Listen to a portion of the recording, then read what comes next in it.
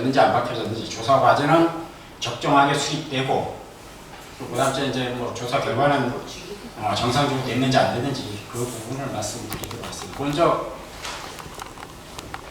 9년 동안 진행된 진상규명 현황과 문제점에 대해서 말씀드리겠습니다. 이게 지난 9년에 대한 부분이었기 때문에 이걸 뭐 하나하나 한다라면은 되게 좀 시간이 많이 걸리기 때문에 전체적으로 그냥 그 흐름만 좀 얘기하고 가도록 하겠습니다.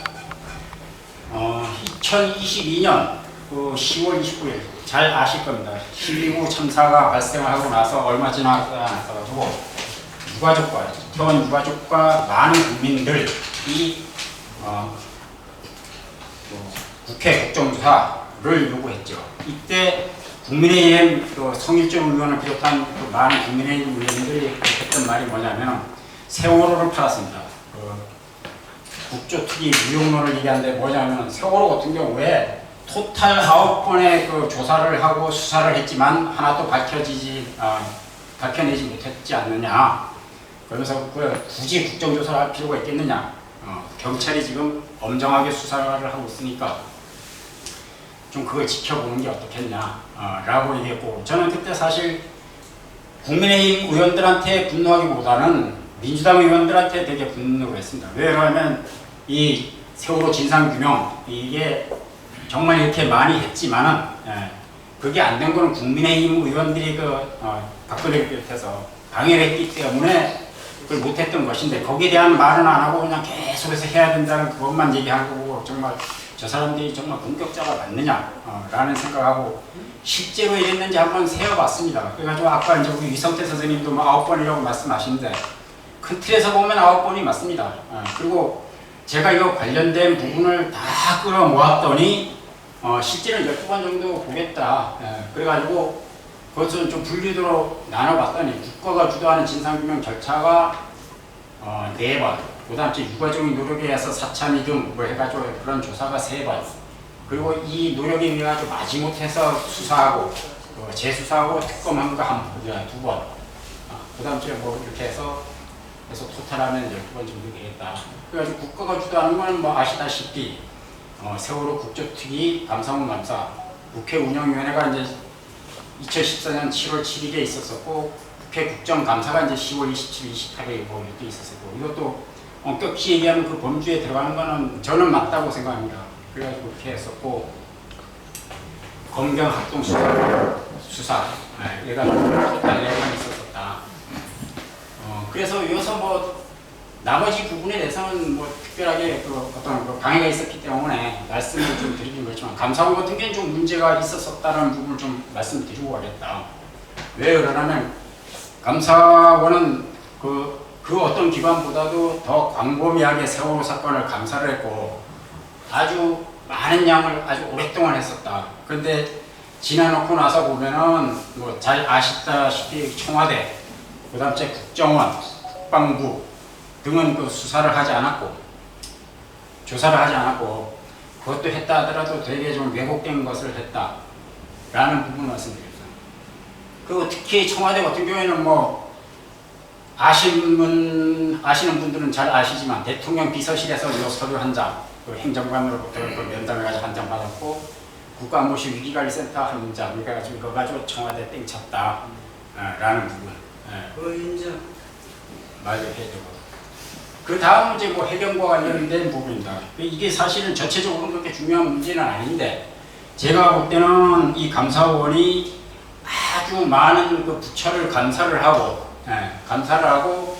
그리고 나서 이제 엄청난 좀 왜곡된 감사를 했었는데, 그 중에서 가장 이제 좀 봤을 때 특이한 게 이제 저는 이거더라 라는 말씀을 드리겠습니다. 이게 뭐냐면은 목포 해양경찰서 상황시 사고 당일날, 그러니까 일단은 1차로 1, 2, 3정 등 함정을 사고 현장으로 출동을 시키고 난 다음에 그 다음에 1, 2 구조대를 출동을 시키는데, 그게 아주 기괴하기 짝이 없다는 거죠. 뭐냐면은 당연히 이제 바다 한가운데서 사고가 났으니까 구조 세력을 차량이 아니라 함정을 이용하거나 헬기를 이용해서 사고 현장으로 신속하게 보내야 되는데, 이때 목포해양경찰서 상황실에서는 그것을 하지 않고 야 너네 특수 차량으로 팽목항까지 이동해. 그리고 와서 거기서 순찰정이나 아니면 어선을 타고 가. 그게 더 빨라. 이렇게 했다는 겁니다. 그런데 사실상 세월호 사고 당일날 그 목포해양경찰서 소속 함정이 전용 부대에 있다가 출발하는 게 이렇게 9척이나 있었는데도 불구하고 이렇게 갔다. 참 이상할 수밖에 없다. 그리고 또 한 가지 이상한 거는 팽목항에 가서 그러면 빨리 갔어야 되는데 가다가 이 어선을 빌려 타고 가다가 그걸로 쭉 간 것이 아니라 다시 함정으로 갈아타고 갑니다. 이렇게 P-120정. 얘는 먼저 출발을 하고 나서 그 팽목항에 가다가 배 바다 한가운데서 어선에서 이걸로 갈아타고 가더라. 그래 놓고 나서 이제 이게 왜 갔냐고 그렇게 갔냐고 하니까 기사 상태가 좋지 않아서 라고 얘기했더라고요. 그러니까 저는 이 감사원 보고서 32쪽을 읽으면서 야 이건 뭐 되게 좀 어떤 그게 있었던 거 아니냐 라고 생각을 했어. 그래서 이걸 나름대로 아주 열심히 파봤더니 실제로는 그러니까 얘네가 얘기했던 것처럼 아까 그 말씀드렸던 것처럼 경비 함정이나 뭐 이런 걸 타고 가는 것보다 차량이 가는 게 빨라서 갔던 것이 아니라 사실상은 먼저 그 함정들이 다 떠나고 나니까 타고 갈 함정이 하나도 없는 거예요. 그러니까 어쩔 수 없이 이 특수 차량을 타고 진도 팽목항까지 이동해가지고 거기서 이제 어선을 타고 가는데 또 다른 문제가 생겨가지고 그렇게 됐더라. 그래가지고 이 사람들의 주장을 좀 이렇게 해보면은 일단은 해경의 주장입니다. 해경은 8시 58분경 상황실에서 경비함정으로 이동해라 라고 얘기해서 9시 13분에 얘네가 출발했는데 이동하는 과정에 길이 막혀서 78km를 이동하는데 1시간 17분이 걸려가지고 10시 30분에 도착했다는 거예요.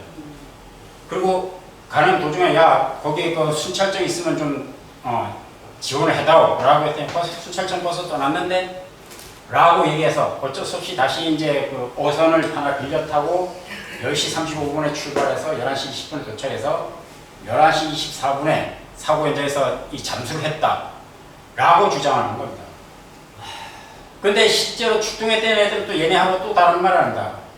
우리 8시 58분에 그걸 받은 게 아니야 라고 얘기하고 나서 9시경, 실제는 정확히 9시 3분경인데요. TRS 무슨 내용을 듣고 나가지고 이렇게 해서 출발해가지고 갔다 라고 해서 가면서 우리가 빨리 가서 1시라도 빨리 입수하기 위해서 어선에서 우리가 잠수복도 갈아입었어 막 이러면서 이제 있는데 감사원이 이제 아까 얘기했던 그 감사원 감사 보고서 32쪽을 보면 이제 이것을 완전히 뒤엎는 것을 얘기합니다. 8시 58분에 하고 9시 13분에 전일 근무자고 당일 근무자 7명이 특수 차량을 타고 78km를 달려서 10시 35분에 먼저 도착했고 그날 근무가 아닌 사람은 3명이 9시 40분에 출발해서 10시 50분에 도착해서 11시 5분에 어선을 타고 가다가 기상이 악화돼서 그래서 P-120정 함정에다 옮겨 타고 그 다음에 이제 12시 19분에 도착해서 12시 20분에 그걸 했었다 라고 얘기했고 그래서 이게 정말 맞는지 안 맞는지 제가 엄청나게 확인을 했더니 9시 20분까지 떠나진 않았더라. 왜 그것을 어떻게 하냐면은 해경 상황실 녹취록과 1, 2 구조대 녹취록을 유선전화 통화 기록을 찾아봤더니 9시 6분에, 9시 21분에, 9시 22분에 통화를 하고 있었다. 그래가지고 구조적으로 9시 23분 이후에 출발했지 그렇게 됐었다. 이 부분을 그 감사원이 덮어줬다. 라는 부분. 그래서 만약에 이들이 9시 23분 이후에 출발하면 앞에서 말씀드렸듯이 이 9대의 함정 중 9척의 함정 중 여기서 그 나머지는 9시 20분 전에 다 떠났으니까 타고 갈 함정이 아까 없었다고 말씀드렸던 그 부분입니다. 그리고 단 한 척이 남아 있었는데 얘는 속도가 17노트밖에 안 나기 때문에 이걸 타고 가면 12시 30분에 도착하니까 실제로 얘네가 얘기한 것처럼 차량으로 이동하는 게 빠르니까 그렇게 갔는데 바다 위에서 문제가 생겨가지고 이제 다시 갈아타면서 시간이 이제 좀 지체됐었다라는 거죠. 그럼 어선을 왜 갈아탔느냐? 아까 말씀을 드렸듯이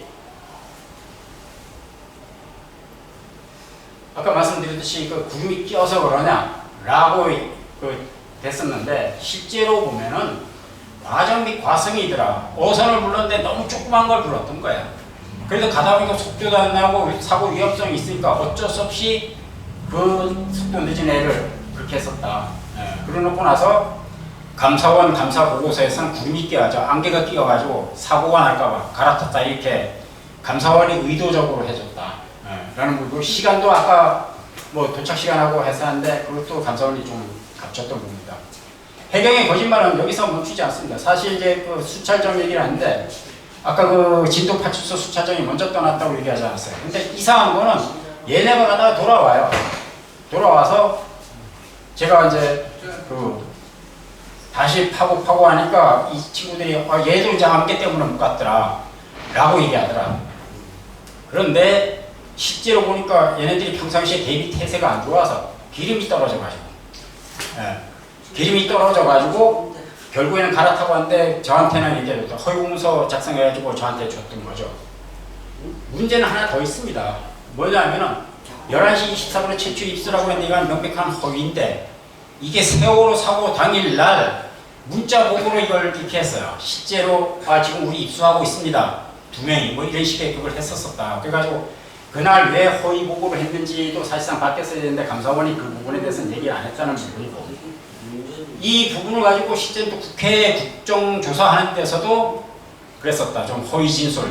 정확히 얘기하면 위증이죠. 위증을 했다는 것이고 또 하나는 4월 27일 날 이 문건을 만들어서 청와대에 허위 보고까지 합니다. 이 세월호 대응공대 구조대 조치 보고라는 문건을 만들어서 청와대에 보고해서 청와대는 이걸 아마도 KBS에다 줘가지고 KBS에서 얘네가 어떤 문제가 있었다는 것을 방송까지 합니다. 제가 여기서 뭐 시간이 없기 때문에 이걸 플레이는 못 해주지만 하여튼 그래가지고 감사원이 얘네들이 거짓말을 하고 있는 것을 전체적으로 거짓말을 하고 있는 것을 명백히 알고 있었지만은 적당히 보고서를 써가지고 덮어줬다는 정황 없다. 그래가지고 제가 여기서 뭐 굳이 이걸 말씀드린 거는 감사원의 어떤 그 세월호 사건에 대한 어떤 그 대하는 태도를 여기서 잘 알고 있겠다. 제가 이걸로 봤을 때 어느 정도인지 잘 알 수 있는 사례라고 생각해가지고 제가 말씀드립니다.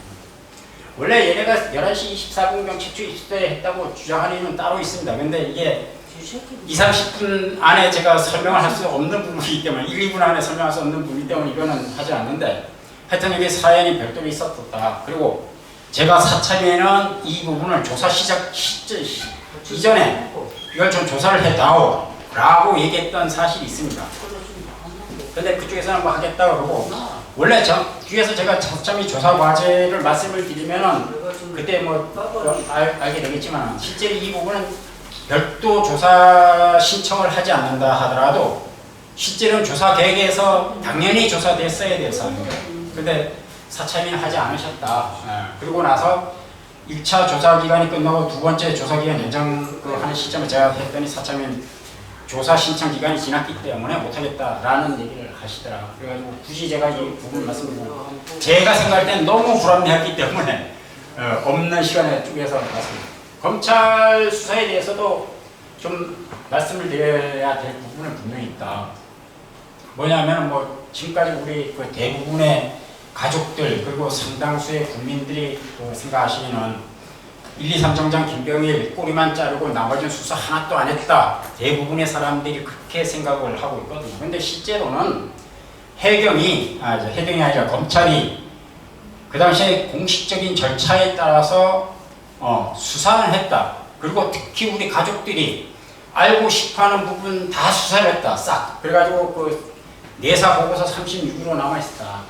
거기에 보면은 선언을부터 구조한 이유도 했었었고 우리가 많이 인용하는 통영함을 왜 투입하지 않았느냐 라는 부분도 있고 공기 주입하지 않느냐 공업용 우리 썼던 이유도 있고 제주 VTS가 녹음도 되지 않는 어떤 그것을 한 것도 있고 아주 우리 국민들이 많이 알고 싶어하는 가장 궁금해하는 이준석이를 왜 해경의 집에서 재우고 선원들을 모텔에서 재웠는지에 대한 부분도 실제로 이 조사에 내사 보고서에 가면 다 있다.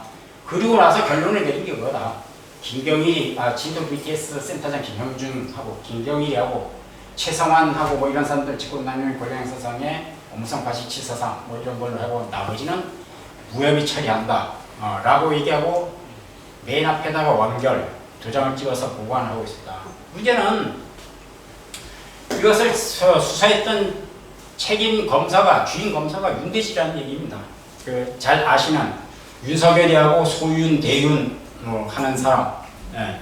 그 사람이 한 수사 결과라는 거예요. 그러니까 거꾸로 얘기하면 2019년도에 어떤 그 임관혁 그 수사단장, 세월호 특별수사단장을 중심해가지고 뭐 백서를 쓰는 심정으로 이걸 하겠다고 얘기했었지만 사실상 뭐 하면 윤석열 측근의 수사 결과를 뒤집어야 되는 그런 부분이 분명히 있었던 거죠. 그러니까 애초에 시작부터 세월호 특별수사단 2019년에 했던 재수사는 사실상 하나만한 의미였다. 실제로는 뭐 수사 결과가 나중에 와서 몇 명이 기소되긴 했었지만 그 결과가 별로 의미 있는 건 없었어요. 그 다음에 이제 이번에 노력에 얘기한 부분은 그 일기특조위 선체조사위원회 사찰이 뭐 이게 있었었고요. 뭐 이건 그렇게 특별히 뭐 설명드릴 건 없어요. 다만 그 일기특조위 같은 경우에는 박근혜와 그 육당들의 어떤 그 강연을 해가지고 좀 못했고 가열이 발간한 세월호 참사 진상규명 어디까지 왔나 라는 책 49쪽을 보면은 이게 성과라고 돼 있더라고요. 뭐 보면은 1차, 2차, 3차 청문회를 했다. 이게 성과라면 성과라고 얘기하는데 그 당시에는 저도 뭐 이 청문회, 1차 청문회 같은 경우에는 직접 참석해서 그 다음에는 어떤 동영상으로 이렇게 해서 갔는데 그 당시에는 뭐 제가 워낙 이제 아는 부분이 없었고 하다 보니까 새로운 내용도 많이 나오고 그래서 좀 신선하다라는 생각을 안 했던 건 아닙니다. 그런데 지금 와서 보면 그때 뭐 너무 방향 크고 하다 보니까 그렇게 새로운 내용이 나왔던 것은 아니었어요. 사찰위가 이제 그 2018년 12월 달에 뭐 출범을 하고 약 한 1년이 지나고 난 다음에 그리고 난 다음에 한 1년이 지나고 나서 이제 수사 의뢰를 뭐 몇 건 합니다. 여기서 잘 계시지만은 이때 경빈 엄마와 관련된 경빈 고 임경빈 군 사건도 이제 이때 들어갔었는데 그때 고 임경빈 군 사건이 이제 그 국민들한테 알려지면서 아주 엄청난 그 국민들의 분노를 사게 되죠.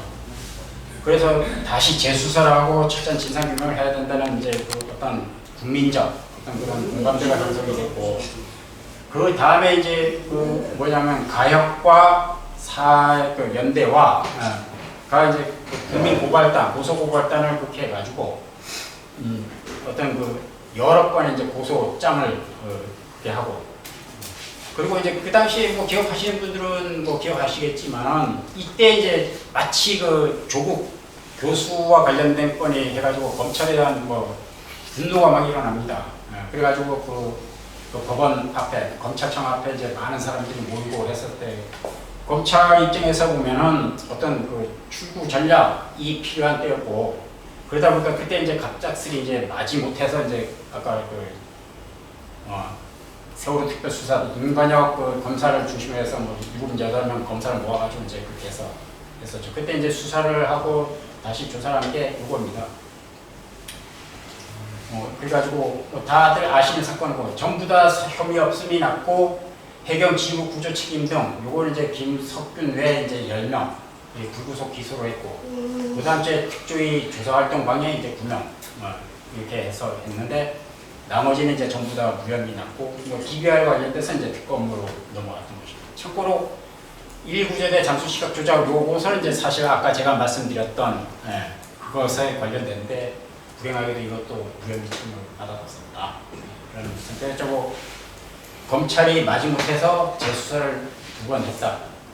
특검 한번 했습니다. 그 다음에 이제 정권 교체, 박근혜 탄핵을 받으면서 이런 부분은 분명히 있었다. 그래가지고 이것도 어쨌든 간에 진상규명 과제, 언론 넣어야 된다. 그리고 국정농단 특위, 국조특위가 있었고 헌법재판소 심판 관련돼 있습니다. 그 다음에 이제 김기춘, 김장수, 김규현, 신인호, 김관진 등의 허위 공문서 작성, 공용 서류 손상, 직권남용, 권리 행사 반영, 위증 해가지고 사유는 뭡니까? 대통령 보고 및 지시 시각 조작, 허위 기록 작성 지시, 위증, 국가유의할 기본 지침, 국가 변경 이런 소위를 가지고 해서 뭐 수사가 됐었다. 그리고 이제 해심원 조사 이제 기타 한번 이렇게 들어가 있어가지고 여기서 아까 말씀드렸던 그 됐었다. 그래서 아까 이제 처음에도 말씀드렸지만 이렇게 해서 지금까지 뭐 아주 크게 9번 진상 규명을 했지만 사실상 그건 하지 못했다. 그렇다면 왜 9번이나 했으면서 실패했을까? 라는 부분을 해보지 않을 수 없다라는 원인 분석 안 해볼 수 없다는 생각입니다.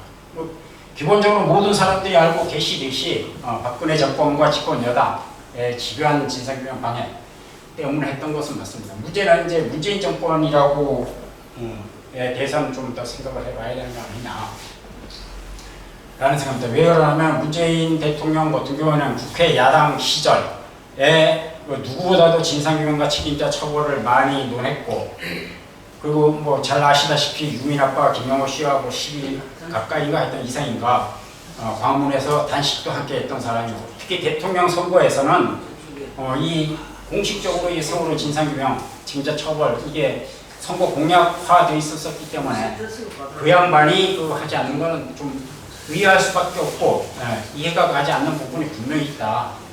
그래가지고 했어야 되는데 실제로 이 양반이 왜 이 진상규명에 대해서는 미온적이고 하지 않았느냐 하는 부분에 대해서는 뭐 알려진 바가 없습니다. 그래서 미루어 짐작할 수밖에 없는데 제3자 씨 조용하시면 좋을 것 같은데요. 저는 기본적으로 아마 박근혜 정권에 있던 어떤 공무원들이 문재인 정권으로 연결되고 그 사람들이 문재인 정권을 떠받치기 때문에 그랬을 것이다 라고 저는 생각합니다. 여기서는 뭐 아주 극히 일부 그러니까 우리 기록에서 많이 경쟁했던 사람들만 이제 논의를 하는 건데요. 실제로는 아마 이제 밑에서 이제 한 단계씩 올라가는 이제 단계를 겪는다고 저는 생각하는데 그래서 박근혜 정권에서 있던 사람들입니다. 여기서 김기춘 비서실장, 김장수 안보실장, 김관진 안보실장, 홍보수석 이정현, 정무수석 조윤선 뭐 이런 사람들은 어쨌든 간에 뭐 군수 같은 경우에는 개인 비리 혐의로 구속이 됐지만 세월호 사건에 발은 많이 담갔지만은 하여튼 뭐 그 건과 관련돼서 이제 처벌까지는 못 받더라도 재판 법정에 서기도 하고 불려가서 조사도 받고 뭐 이랬었던 겁니다. 근데 이제 문제는 이런 사람들이에요. 김동연 국무조정실장, 우리가 잘 아시는 경기도 현직 경기도지사입니다. 이 사람이 세월호에 얼마만큼 어떤 영향을 끼쳤는지는 사실상 지금은 알 수는 없습니다. 근데 중요한 건 이 양반이 2014년 국조 투입할 때 청문회 자리, 그러니까 국조 투입 거기 자리에 서서 증인으로 와서 선서를 하고 실제로 증언도 하고 그랬었다. 그거 봐가지고 전혀 무관한 것 같지는 않다. 그 다음에 이제 돼 있는 사람은 사실 정권에서 조정실장을 하고 기획재정부 장관 겸 경제부총리를 했는데 실제로 이 사람 같은 경우에는 검찰 수사 자료에 이런 사건의 이름이 들어가 있습니다. 그러니까 실무를 조사하고 방해하고 아까 김기춘, 그다음 김관진, 김장수 이 사람이 허위공문서 작성 및 행사, 그다음 허위 서류 뭐 기재 뭐 이런 거 할 때 이 사람이 여기서 서류를 직접 만들고 했던 부분이 있습니다. 그렇기 때문에 이 사람은 실질적으로 진상규명 대상이었다라고 보는데 실제로 어떤 거기서는 조사는 받지 못했고 신인호와 권영호 같은 경우에 똑같습니다. 이 사람이 박근혜 세월호 사고 당일날은 국가위기관리센터장 안보관실 위기관리센터장으로 했었고 결국에는 박근혜 시절에 소장해가지고 진급해가지고 있다가 문재인 정권 때도 계속 이 직을 유지하다가 있다가 윤석열 정권의 2차장 넘어와서 그렇게 됐었고 권영호 위기관리센터장 이제 그 유명한 청와대 문건 파기 파쇄 관련된 사람인데도 어쩌면 이 사람이 문재인 정권에서 소장 진급하고 그다음에 어떤 지금은 해서 지금 현재 육군사관학교 교장 돼 있었었다라는 부분. 그래서 저는 이런 사람들이 앞에 나가고 뒤에 왔던 사람들이 있고 그 밑에 있었던 사람들이 지금 커서 윤석열 정권을 떠받치고 있을 것이다 라고 막연하게 추정을 하고 있습니다. 그래서 2022년 10월 29일 날 세월호 참사가 됐을 때 그날 저녁에 신속 정확하게 정곽석화처럼 그걸 해가지고 국민들이 어떤 그것을 깨버렸던 그게 아마도 이 영향, 그러니까 공무원은 경력사원이고 유가족은 초보 유가족이 되다 보니까 대학 한번 못하고 그냥 그 상황이 끝내버렸던 거 아닌가, 나름대로는 그렇게 분석을 하고 있습니다. 김규하 안보실장은 그 당시에는 특별하게 그건 없지만 하여튼 이 위증과 관련돼가지고 아까 있던 식으로 거기서도 처벌을 받을 뻔했던 사람인데 윤석열 정권 와서 국정농단했고요. 해경도 똑같습니다. 해경도 보면 김석균하고 같이 상황실에서 했던 사람들이 하여튼 승승장구했다. 특히 김홍희 같은 경우에는 해양경찰청장까지 됐고 나머지도 어떤 서열 2, 3위 그리고 아주 고급 간부까지 반열에까지 올라갔다. 그래서 이것을 본다라고 한다면 만약에 문재인 정권에서 자기가 세월호의 침몰 사건을 진상규명을 하려고 한다면, 진상규명과 책임자 처벌을 한다고 한다면 앞에서 있던 이런 사람들을 전부 다 내칠 수밖에 없고, 그렇게 되면은 문재인 입장에서는 자기 정권 유지 자체가 힘들었지 않겠냐 라는 생각을 한번 해봤고요. 그 다음에는 실제로 이제 문재인이가 이 해경청장 같은 경우에 임명을 할 때 세월호 사고와 관련된 진상규명에 협조하라 라고 얘기를 했었고 본인들도 그렇게 하겠습니다 라고 했었지만은 실제로 그거 협조하면 자기가 자기 목을 치는 거니까 구조적으로 안 됐던 부분이 분명히 있었을 것이다. 저는 개인적으로 그렇게 생각합니다. 또 하나의 문제를 본다면 이제 드디어 사참위 얘기를 안 할 수가 없는 것 같은데요. 사참위와 관련된 부분이 좀 있을 것이다 라고 생각합니다. 잘 아시다시피 사참위 그 조사위원은 여당 몇 명, 야당 몇 명 해가지고 거기서 그게 어떤 그 정상적인 조사위원회 그 구성과 그 어떤 진행 과정을 방해했을 건 틀림없고, 특히 황전현 같은 경우에 이기특조위 조사 방해를 했던 놈인데 여기 와가지고 부위원장 했나요? 하여튼 그걸 했었었고, 그 다음에 근본적으로 사참위 그 어떤 내부적인 문제도 제가 볼 때는 분명히 있었었다. 특히 조사 과제를 설계하고 실행하는 데서 문제가 있었다. 기본적으로 직권조사 과제 수립 당시에 언론 등 누락된 항목이 존재했다. 이것은 기본적으로 사참위가 아무리 열심히 해도 진상규명을 다 할 수 없었던 구조적인 원리로 작용했었을 것이다 라고 생각하고, 직라 1, 3, 5 같은 경우에는 사실상 이건 한 사람이 해야 되는 주제인데 사람을 하나하나 나눠가지고 하다 보니까 이상한 조사 결과도 나오고 효과도 안 나고 하여튼 그런 부분이 있다. 그리고 뒤에서 오늘 시간 뒷부분에 나올 부분인데 하여튼 가장 문제는 사참위가 이 구조와 관련된 개념, 구조 시스템과 관련된 개념 혼동이 있었다. 그것이 정상적인 어떤 그걸 못하는 부분으로 작용했던 것 같다. 또 하나의 문제는 조직과 요거하고 연관되는 문제인데, 조직 간의 어떤 과제 배분 또는 의사소통의 문제가 좀 있었던 거 아니냐, 저로서는 그렇게 미루어 짐작을 해봅니다.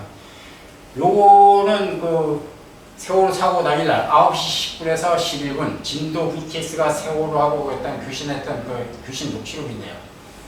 9시 10분 후반에 가서 이런 얘기가 나옵니다. 사람이 빠졌던 걸 정확히 이야기해 줘야죠. 내놓고 보더라고 라고 얘기하고서 바로 뒤에 이제 보면 무이시앙 디스 이즈 진도 코스털 BTS 온유어 포트사이드 어쩌고저쩌고. 사실은 같은 말이고 정상적으로 조사를 했어야 했다라면 이게 같은 사람이 같이 해야 됩니다. 그런데 우리 김선우 사무처장님께서 혹시 보셨는지 모르겠는데요. 이게 실제 조사 보고서에 가면 직라 1에는 249쪽에 보면 VH 항공만의 맨 오브 월드 교신 그와 관련돼 가지고 한 건으로 돼 있고, 그다음 제 직나 3회감 13쪽에 조사 내용 해경 책중 시상자 대처는 적절했는가 303 더하기 1 해가지고 두 사람이 서로 직나이는 예를 논하고 직나이는 예를 논하고 이랬다. 그런데 실제 특히 직나이 같은 경우에는 조사 보고서를 보면 진단도 잘못하고 처방도 잘못하고 결과도 잘못했더라. 그래가지고 제 말이 맞는지 안 맞는지 여러분들이 직접 한번 검증을 해달라 라는 말씀드려서 저는 그렇게 봤다 이런 부분을 말씀을 드리고, 또 조금 전에도 제가 말씀드렸지만 같은 조사 기관에서 조사를 했는데 서로 다른 어떤 조사 결과가 발표된 사례도 있다. 뭐냐면은 세월호 사고 당일 본청 상황실 경비 전화는 그 시스템이 자동으로 녹음이 되도록 되어 있습니다. 그래가지고 그게 진상규명하는데 대단히 중요한 어떤 그 증거 자료로 활용이 됐었는데, 문제는 그게 실시간하고 틀렸다는 겁니다. 그래가지고 이제 거기서 뭐 거기 그 실시간에 대해서 이제 많은 사람들이 이제 그걸 뭐 논의를 했었었고, 하여튼 해경은 제출할 때 실제 시간이 마이너스 12분이다 라고 얘기를 했었습니다. 그리고 저도 똑같이 진단했었는데 사참위 같은 경우는 이제 이 경비 전화하고 123점장 그 김경일의 휴대전화하고 통화를 했던 것이 있었고, 휴대전화는 잘 아시다시피 GPS 시간을 가져오기 때문에 그것을 실시간이라고 보고, 그렇게 해서 하면은 시차가 12분 50초가 나온다 해가지고 12분 50초로 하는 게 맞다 라는 식으로 결론을 했습니다. 그래서 저도 여기에 동의하고 이걸로 가지고 실제로 맞춰보니까 또 맞아 들어가더라고요. 그래가지고 이게 진실이라고 봐야 된다. 그렇게 했다면 다른 팀들도 사실상 정상적으로 조사를 진행했다면 그 시간을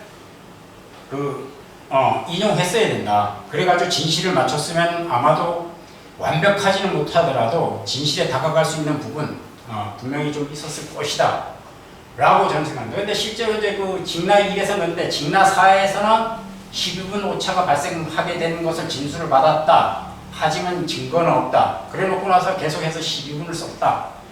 그러다 보니까 논리적으로 맞지 않는 부분, 뭐 당연히 좀 이렇게 밝힐 수 있는 부분이 연기 있었음에도 불구하고 그냥 그 검찰의 수사 결과 그대로 인용하면서 그냥 문제의식을 느끼지 않고 그냥 넘어갔던 부분이 있었다. 저는 이런 부분은 담당 조사관의 문제가 아니라 이것을 교통정리하는 사람들의 그거 문제라고 생각합니다. 이런 것을 교통정리하기 위해서 있는 것이 그 사람들의 역할이라고 생각하는데, 그 사람들이 왜 그런지 이런 부분 좀 그랬었다 라는 부분 말씀드립니다. 뭐 여기다 좀 더 좀 보탠다라면 조사관의 조사 능력과 의지 문제도 분명히 거론하지 않을 수 없다라는 부분을 말씀드립니다.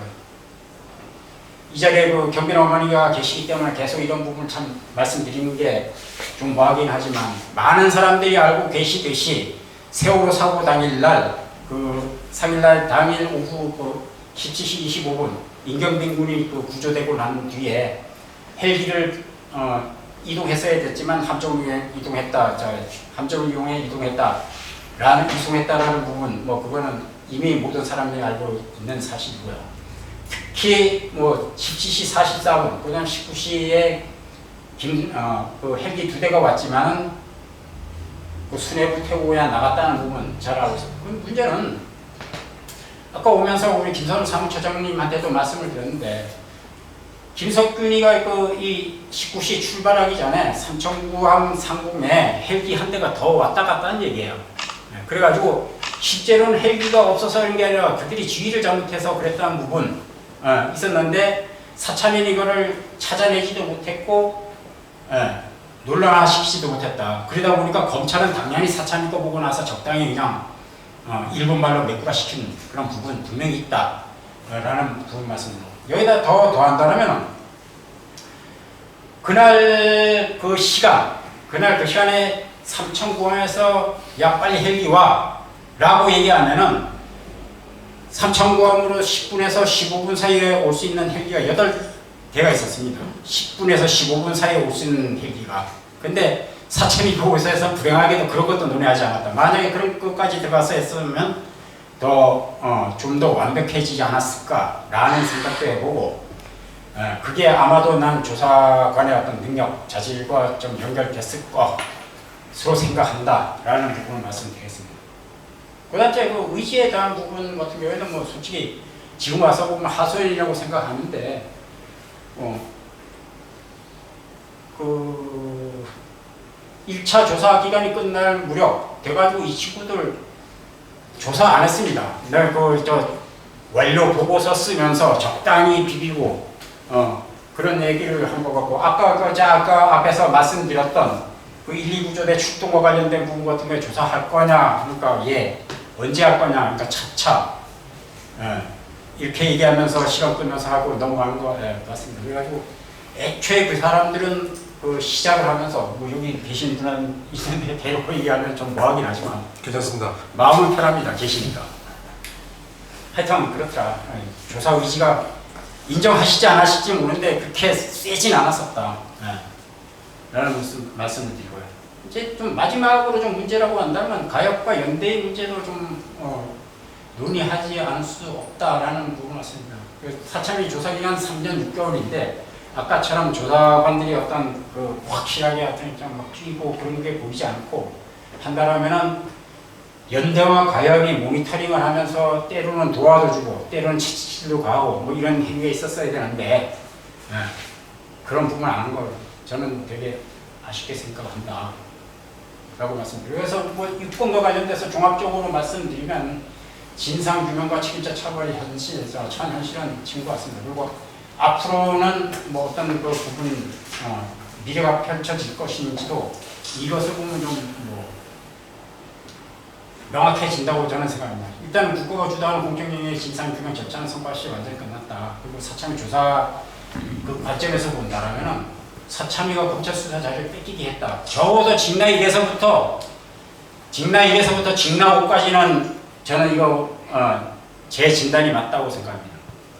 검찰 수사 자료를 뺏겼고 자기네들 그 자체적인 조사 거의 하지 않았다 라는 부분 말씀드리고, 저는 사참위의 그 의무 중에서 하나가 어차피 사참위가 출범한 것은 유가족과 피해자의 한을 풀어주기 위해서 있었던 부분이기 때문에 자기네들이 조사를 하면서 어떤 공식화하지 못하고 어떤 좀 우리 그 가족들이 이슈화해야 될 그런 부분이 있었다라면 그걸 암암리에 가족들한테 줘서 이슈화 시킬 수 있는 기회를 좀 마련해 줬어야 한다고 생각합니다. 난 그게 당연하다고 생각합니다. 근데 그들은 조사기간 36개월, 42개월 동안 그런 것을 단 하나도 하지 않았다.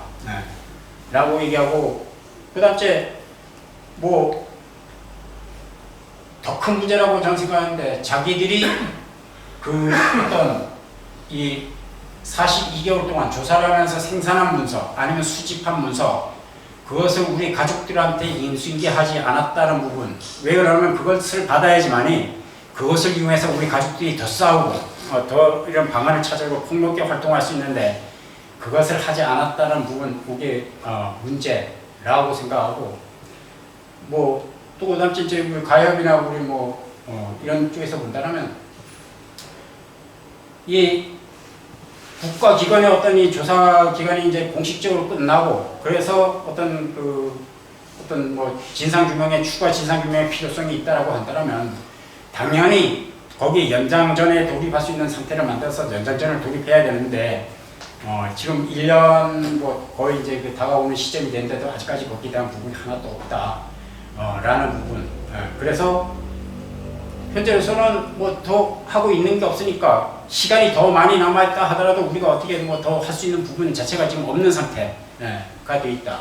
그 마지막 문제가 이제 그 공소시효가 돼야 한다는 겁니다. 그러니까 이거는 뭐 지극히 사법적인 부분이기 때문에 제가 그 어떻게 할 수 있는 부분은 없다. 그러니까 정확히 언제까지라고 못 박을 수는 없다. 다만 저도 이제 가족들이 그 고소고발하고 뭐 이랬을 때 이제 저는 저대로 고소고발장을 여러 건을 냈었었고 거기서 죄목별로 보면은 2025년 2월 27일, 2024년 4월 15일 이런 시기에 됐었다. 그래가지고 범죄 혐의에 따라서 틀리긴 하지만 범죄명에 따라서 틀리긴 하지만 지금 남아있는 건 짧게는 1년 길게 가봤자 2년밖에 안 남아있는 것 같다. 그렇다고 한다면 우리가 정말 진상규명 의지 더하기 책임자 처벌을 꼭 해야 되겠다고 한다면 지금 당장 뭘 해서 움직이지 않으면 이건 영원히 그냥 사전 속에나 남아있는 그런 그것이 될 수밖에 없을 것이다 라는 말씀을 드리겠어요.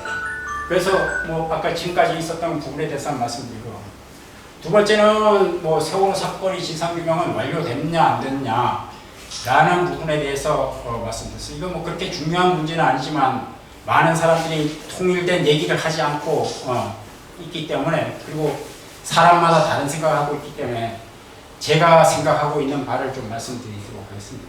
저는 뭐 저 나름대로 어떤 진상규명 과제를 좀 많이 만들어 봤었고, 특히 구조와 관련된 부분은 제 책 때 맨 위에다가 뭐 써놨었기 때문에 뭐 그런 부분을 해야 된다고 생각하고, 하여튼 전체적으로 아주 큰 대분류로 한다면 저는 이렇게 생각합니다.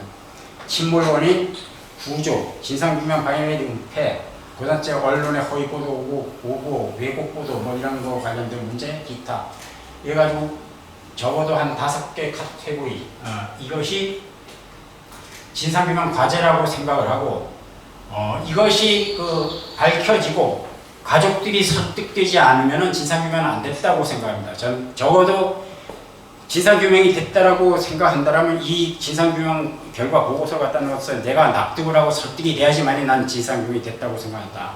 그런데 뭐 잘 아시다시피 요즘 많은 사람들이 어떤 뭐 됐다고 하는 사람, 안 됐다고 하는 사람, 하나도 밝혀지지 않았다고 하는 사람, 뭐 이렇게 돼 있기 때문에 좀 제가 이 부분은 한번 해보시고, 제 기준이 맞는지 안 맞는지 여러분들한테 좀 검증을 받을 필요는 있겠다라는 말씀을 드려서 그렇습니다.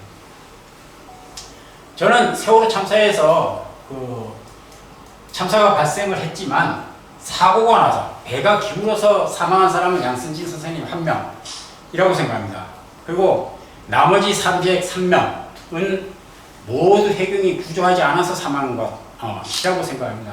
그래서 이 논쟁을 하려고 한다면, 이 진상규명이 됐다 안 됐다고 논쟁을 하려고 한다면 적어도 이 사고 원인과 구조에 대한 부분은 다 되고 난 다음에 그걸 가지고 진상규명 됐다 안 됐다 라고 하는 것이 맞는 표현이다 이렇게 생각합니다. 근데 이제 대체적으로 보면 이제 진상규명과 관련돼서 말하는 사람들을 보면 다 됐다고 얘기하는 사람들이 대부분이 이 침몰 원인에 대해서만 얘기를 한다. 그리고 나머지 부분 제가 말씀드렸던 뭐 구조 방지라든가 진상규명 방해 및 진실은폐, 언론 관련된 부분, 이 부분은 실제로 연구한 사람이 없다. 우리 아주 뭐 숨어서 하시는 분이 있는지는 모르겠는데 제가 생각할 때는 거의 없다고 생각합니다. 거의 없다고 생각하고, 그렇다고 하면 현실적으로 이 진상규명이 다 됐다 안 됐다고 얘기할 수 있는 어떤 조건을 갖춘 사람 자체가 이 나라에는 존재하지 않는다라고 표현하는 게 맞겠다. 다만 이 사건을 조사했던 사람은 제한적으로 자기가 조사한 분야에 대해서는 얘기할 수 있겠으나 그 사람들이 종합해서 얘기할 수 있는 사람도 없다라고 말씀드리고, 물론 이제 법원에서 재판을 했던 사람, 검사, 변호사, 판사, 이 사람들은 뭐 나름대로 어떤 그건 있지만 그 사람들이 진상규명판에 들어올 가능성은 없어 보이고, 참고로 저는 이후에 그 진상규명이 진행된다고 한다면 특히 사참에 계셨던 분들은 이 조사에 끼어들지 않는 게 나는 맞다고 생각합니다. 적어도 진상규명에 관련된 부분, 왜 그 사람들이 이 조사 보고서가 약간 2% 정도 부족한 조사 보고서에 따르면 와서 나머지 2%의 그 부족한 부분을 채우면 되는데, 제가 봤을 때는 대단히 부족한 부분을 놓고 여기서 제가 말씀드리지만 아까 말씀드렸던 그 직나 1, 2, 3, 4, 5번을 기준으로 해서 말씀드린 겁니다. 하여튼 그렇다. 이 사람들이 들어와서 한다면은 자기 조사 결과를 거꾸로 우리들한테 섭득하려고 덤벼들지 추가 진상규명을 하려고 덤벼들지 않을 것이다. 그렇다고 한다면 그 사람들은 모르겠어요. 뭐 그럴 일은 없겠지만 내가 만약 어떤 진상규명 조직에 들어가서 그걸 한다면 난 그 사람들 들어온 것은 반대를 한다. 적극적으로 도시락 싸가지고 다니면서 말리겠다 라는 말씀을 드리겠습니다. 먼저 다 밝혀졌다고 하는 사람들 얘기입니다. 여기서 제가 그 박상원 씨하고 그 김상수 씨를 했지만 이들이 자신의 입으로 다 밝혀졌다고 얘기를 했던 적이 있었던 것도 없고 없었던 것 같고 정확히 기억은 나지 않습니다. 그래서 이렇게 표현하는 건 맞는지 안 맞는지 모르겠습니다. 하지만 이 양반들이 인터뷰를 하거나 이런 데서 보면은 그런 쪽으로 묻어나기 때문에 저는 그런 쪽으로 좀 했었다. 이 박상원 씨는 뭐 여러분들 잘 아실 겁니다. 아마도 일기특조위, 그 다음 선조위, 사참위에 일정한 부분 관여를 했던 분이고 그 다음 세월호 관련 논문도 쓰시고 세월호 우리가 묻지 못한 것 이런 책도 쓰신 분이고 아직까지 완전히 학자라고 얘기할 수 없지만 학문의 길을 가시고 계신 분이고 하여튼 이 양반이 이 세월호 우리가 묻지 못한 것과 관련돼서 연합뉴스 인터뷰를 할 때 이렇게 얘기를 한 것으로 나와 있습니다. 우선 5.18 민주항쟁이 발포 명령자를 찾듯이 세월호를 고의로 침몰시키거나 승객들을 구조하지 말라고 명령한 사람을 찾기란 불가능한 점을 인정해야 한다. 재난은 수많은 사람의 잘못과 부족의 문을 발생할 수 있으며 그들에게 운동한 정도의 책임을 묻지 않는 제안이다. 라는 부분, 여기에 대해서는 저도 뭐 이론은 없습니다. 여기에 대해서 동의를 하는데 밑에 것에 대해서는 동의를 하지 못했다. 개인적으로 진실이 조각들은 다 나왔다고 생각합니다. 이를 하나라 재구성의 구성원을 납득한 공동체 전체의 기업으로 남길 수 있도록 맺어진 일이 남아있다. 이 부분에 대해서는 동의 못했다. 이 김성수 기자 같은 경우는 뭐 잘 아시는 분 아실 터인데요. 뉴스타파 기자고 세월호와 관련된 어떤 뉴스를 꽤 많이 생산을 했고 이번 9주기 때도 하여튼 자기 고유의 어떤 그 보도를 했고 아마도 10주기 되면 커다란 보도를 하실 것으로 예정을 합니다. 근데 이 사람이 그 2019년도인가요? 그때 그 세월호 특별수사단 이 출범하고 그래가지고 서류했을 때 본인 페이스북에 올린 내용입니다. 보면 하여튼 그렇게 얘기합니다. 핵심적 취재를 제대로 못하니 취재의 의도에 따라 시도된 보도를 쓰내면서도 자기들이 뭘 잘못하고 있는 줄도 모른다. 세월호 취재를 지속적이고 깊이 있게 진행했던 한겨레가 저절히 다른 보도는 말할 것도 없다. 나중에 이 수많은 오류들을 어찌 감당하려는지 모르겠다. 오늘 대검이 각 직업의 세월호 수사 자료를 모두 넘기라고 지니까 그 모든 게 들어간다. 걱정은 그때 가서 또다시 검찰이 부시 수사를 주장하며 수사권과 기소권 가진 독립조사기관 설립을 요구하는 상황이다. 원하는 결과를 위해 끝없는 되돌이표 과연 그게 진상입니까? 다시 한번 적어줍니다.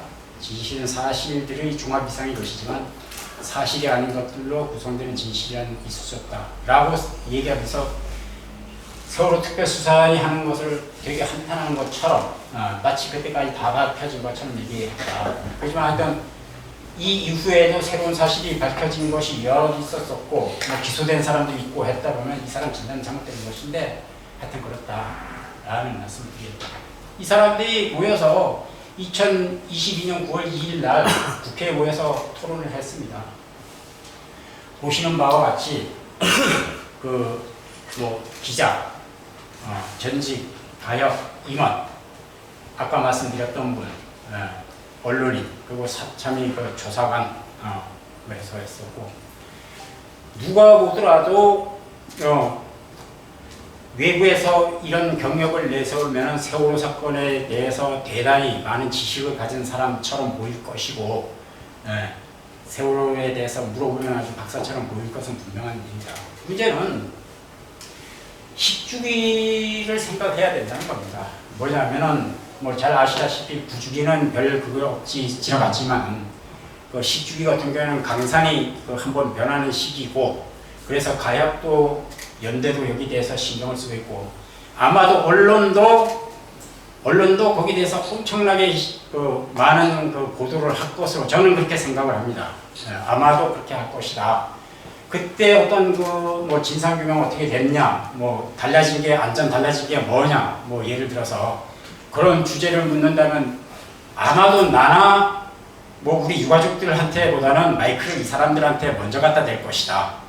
그러면은 나름대로 그런 얘기를 할 것이고 특히 이날 이준태 조사관이 구조 실패에 대한 얘기를 발표를 이렇게 했다고 뉴스타파에 나와 있는데 그 사람 한 얘기가 이거예요. 방대한 전의 검토 결과 및 관계자 진술 조사 등을 거친 결과 구조 실패는 침몰 중인 선박에서 선원 지시에 따라 대기 중 승객들의 명시적인 퇴선 명령을 내릴 판단이 급박한 사이인데 뒤에 왔었지만 아마 선원들이 퇴선 명령을 하지 않았다 라는 부분을 쓰고 싶어 했던 것 같고, 그 신기록을 통해 확인되는 것은 구조 세력이 아니라 훈련 부재, 경험 부재를 얘기했었다. 이거는 이제 사참위 보고서에도 나와 있는 거고, 이건 전원위원회 보고 자료 PPT에서 떠가지고 온 건데,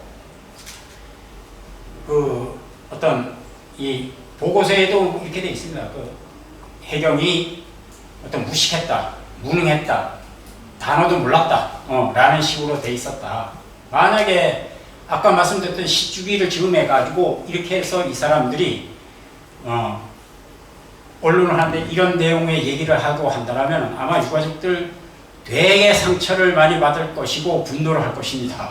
그래가지고 지금서부터 서서히 이런 헛된 얘기가 나오지 않도록 막는 행위, 이것도 진상규명의 일환으로 생각해야 된다라고 말씀을 드리겠습니다.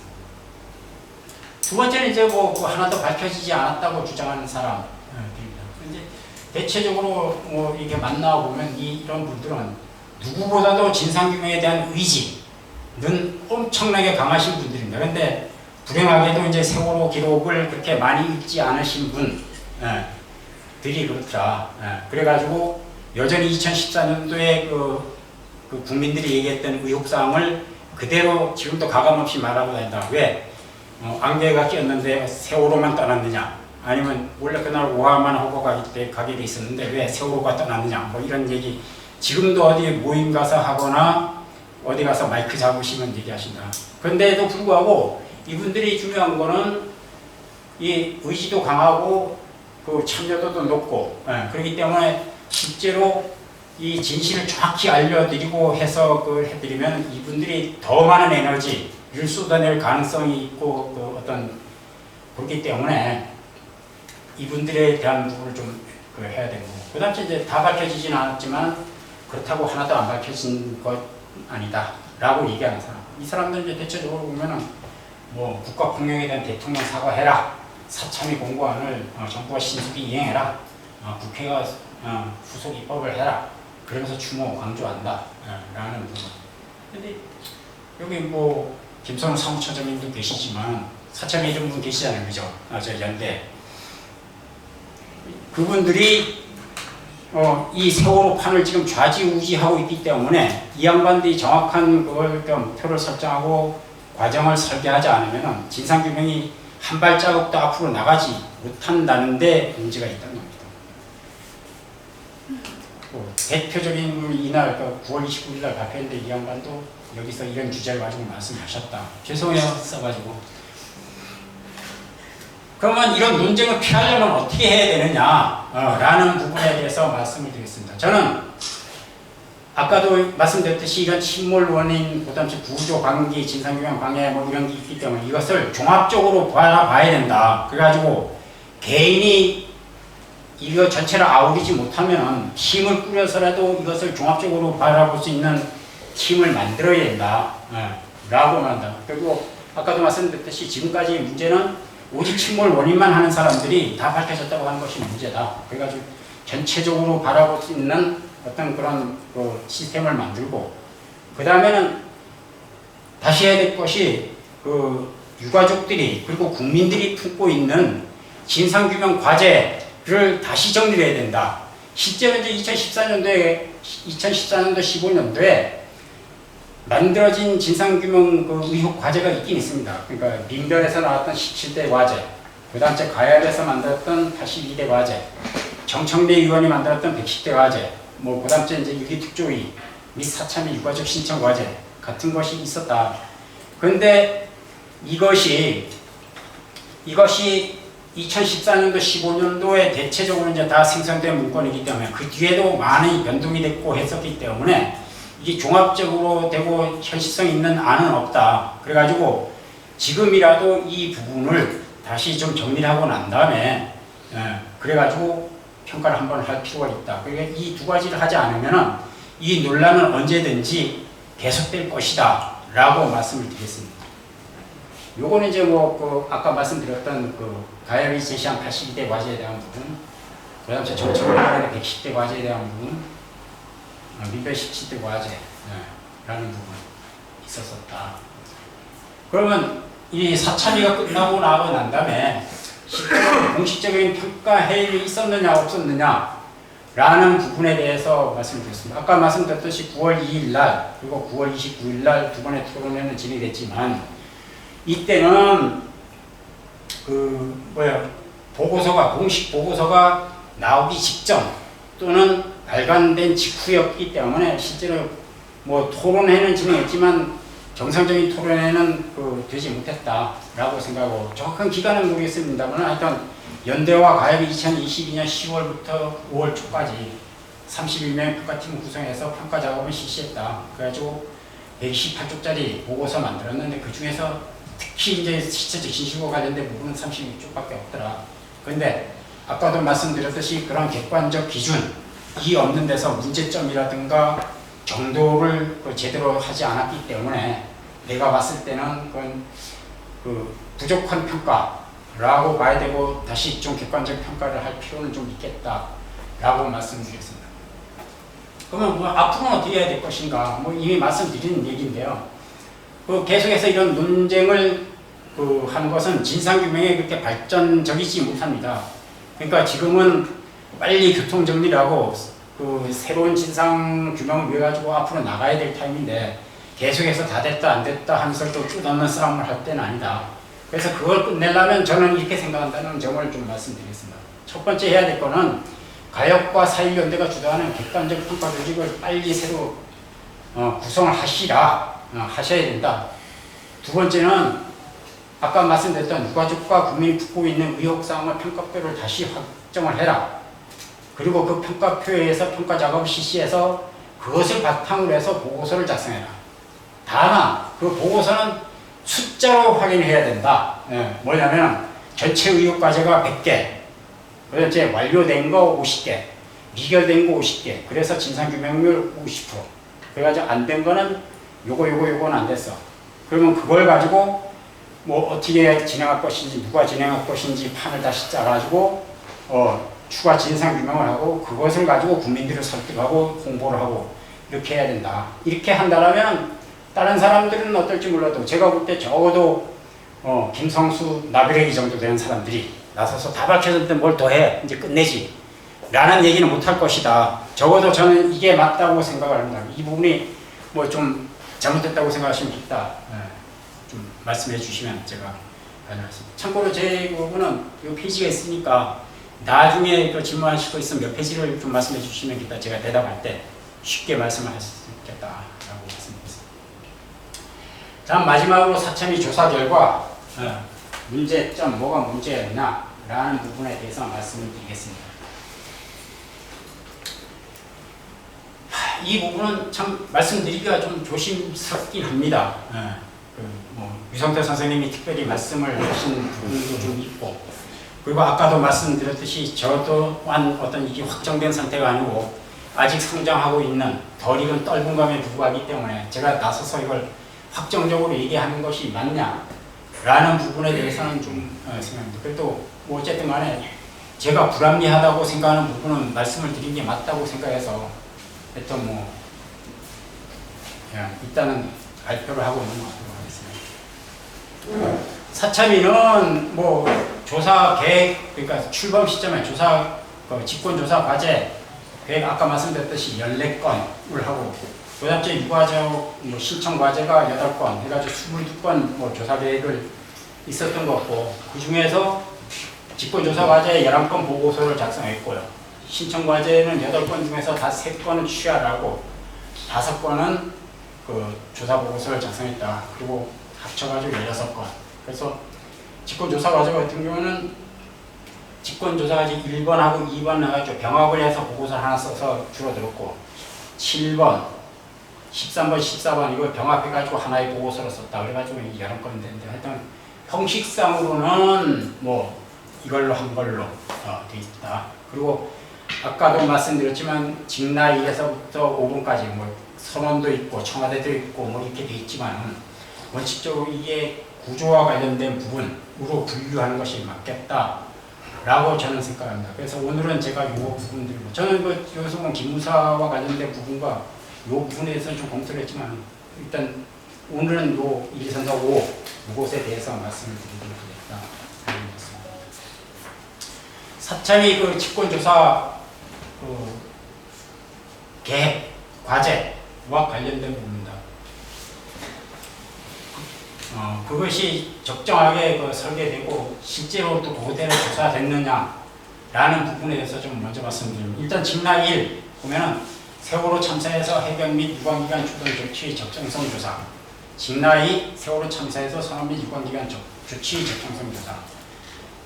직나 3 세월호 참사에서 정부의 수색 구조 및 군안 작업의 적정성 조사.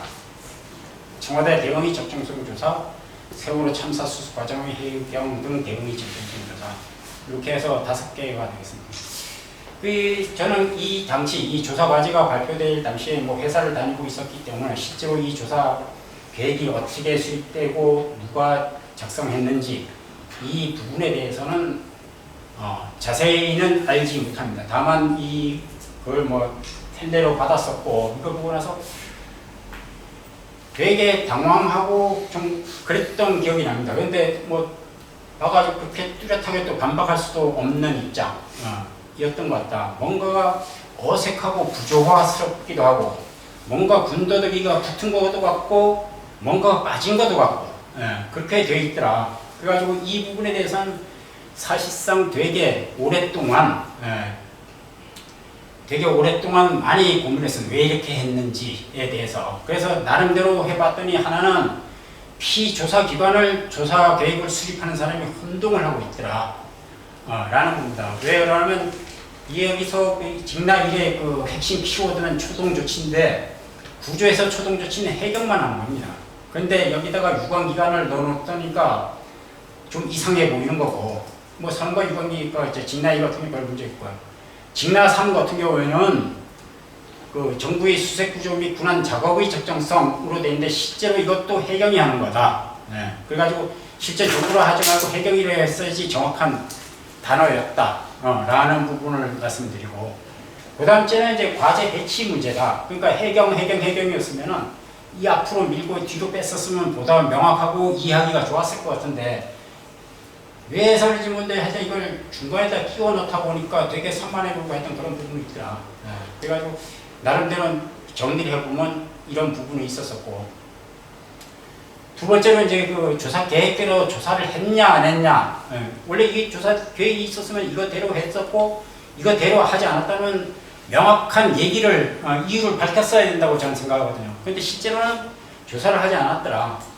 기본적으로 직나 1하고 직나 2하고 합쳐가지고 병합한다라고 해서 해경 등 초동 대응의 적정성 조사 라고 얘기하고 나서 사실상 세월호 참사에서 선원 및 유관기관 조치 적정성 조사 이거는 조사를 하지 않았다. 아예 빠졌습니다. 그러고서 병합이라고 하고 넘어가니까 이 조사 보고서를 읽는 사람들은 그냥 병합이었구나 라고 이해하고 그냥 넘어갔다. 그래서 실제로 이건 빠질 수 없는 주제, 반드시 했어야 되는 주제인데 사참위가 이건 편법을 통해서 빼놓고 갔다. 그리고 두 번째는 초동 대응이라는 용어는 해경 매뉴얼에서는 없는 용어입니다. 해경 매뉴얼에서 없는 용어인데 이 친구들이 초동 조치를 초동 대응으로 바꿨더라. 그런데 이 초동 대응으로 바꾸고 실제 조사 보고서하고 비교를 하면 어떤 경우가 나오면 직나 1 더하기 직나 3 수색 구조 및 군안 작업에서 이게 군안 작업은 매뉴얼에 의하면 4월 18일 12시까지 수색 및 군안 작업을 해야 되는데 여기서 12시, 4월 18일 12시까지 한 게 아니고 사고 당일날 9시 50분까지만 조사를 했더라. 그 이유는 왜 하냐면은 검찰이 9시 50분까지 했습니다. 그러다 보니까 검찰 수사를 그대로 갖다 뺏겨서 써야 되니까 그 이후에는 조사를 하지 않으면 넣을 수 없으니까. 이해 가십니까 혹시? 그래가지고 9시 50분까지 해가지고 초동대응이랑 바꿔서 했더라. 그 직나 2는 아까도 말씀드렸듯이 정상적으로 진행됐어야 되는데 빠졌다는 부분 말씀드리고 직나 3 같은 경우 수색 구조 및 군안 작업을 해야 되는데 이걸 정부의 초기 수색 구조 라고 얘기했다. 그러니까 아까 말씀드렸듯이 4월 18일 12시까지 세월호가 완전히 침몰하는 시기까지 그 구조 군안에 대한 부분을 조사를 했어야 되는데 실제로는 정부의 초기 수색 구조 작업 적정성이라고 바꿔놓고 나서 그 양승진 선생님, 고 임경빈 군, 정차훈 군, 권오청 군, 박지영 양 그 사람들이 사망하고 구조되는 데의 문제점 이것을 조사하고 그냥 ทิ้ 쳐버렸다. 그러니까 아주 나쁜 말로 얘기하면 이 본질은 버려버리고 뒤에서 엉뚱한 거 이름 바꿔가지고 조사해놓고 나서 이거 조사했습니다 라고 넘어가고 평가하는 데서는 이 부분이 반드시 논의가 됐었어야 되는 거예요. 이거 제대로 조사 안 했네? 그리고 뒤에 거 왜 없어? 라는 부분을 했어야 되는데 그게 지금 안 돼 있다 라는 부분이고 청와대는 뭐 검찰 수사자를 베끼긴 했지만 어쨌든 간에 뭐 조사했으니까 했다고 얘기하고 마지막으로 이제 해경 대응의 적성성인데 여기서는 수사기관의 선언 신병관리 로 바꿔가지고 해경 대응의 적정성을 완전히 빼버리고 선언 신병관리 이거 해놓고 나서 뭘 했냐? 선언을 왜 모텔에 적었냐? 이주서 선장을 왜 해경집에 데려갔냐? 이것에 대해서 조사하고 말았다. 근데 정확히 성격상으로 따지면 얘는 직나오로서 돼야 될 게 아니고 일로 들어가야 된다. 유관기관이 조치의 적정성으로 들어가야 되는 거야. 맞죠? 사무처장님.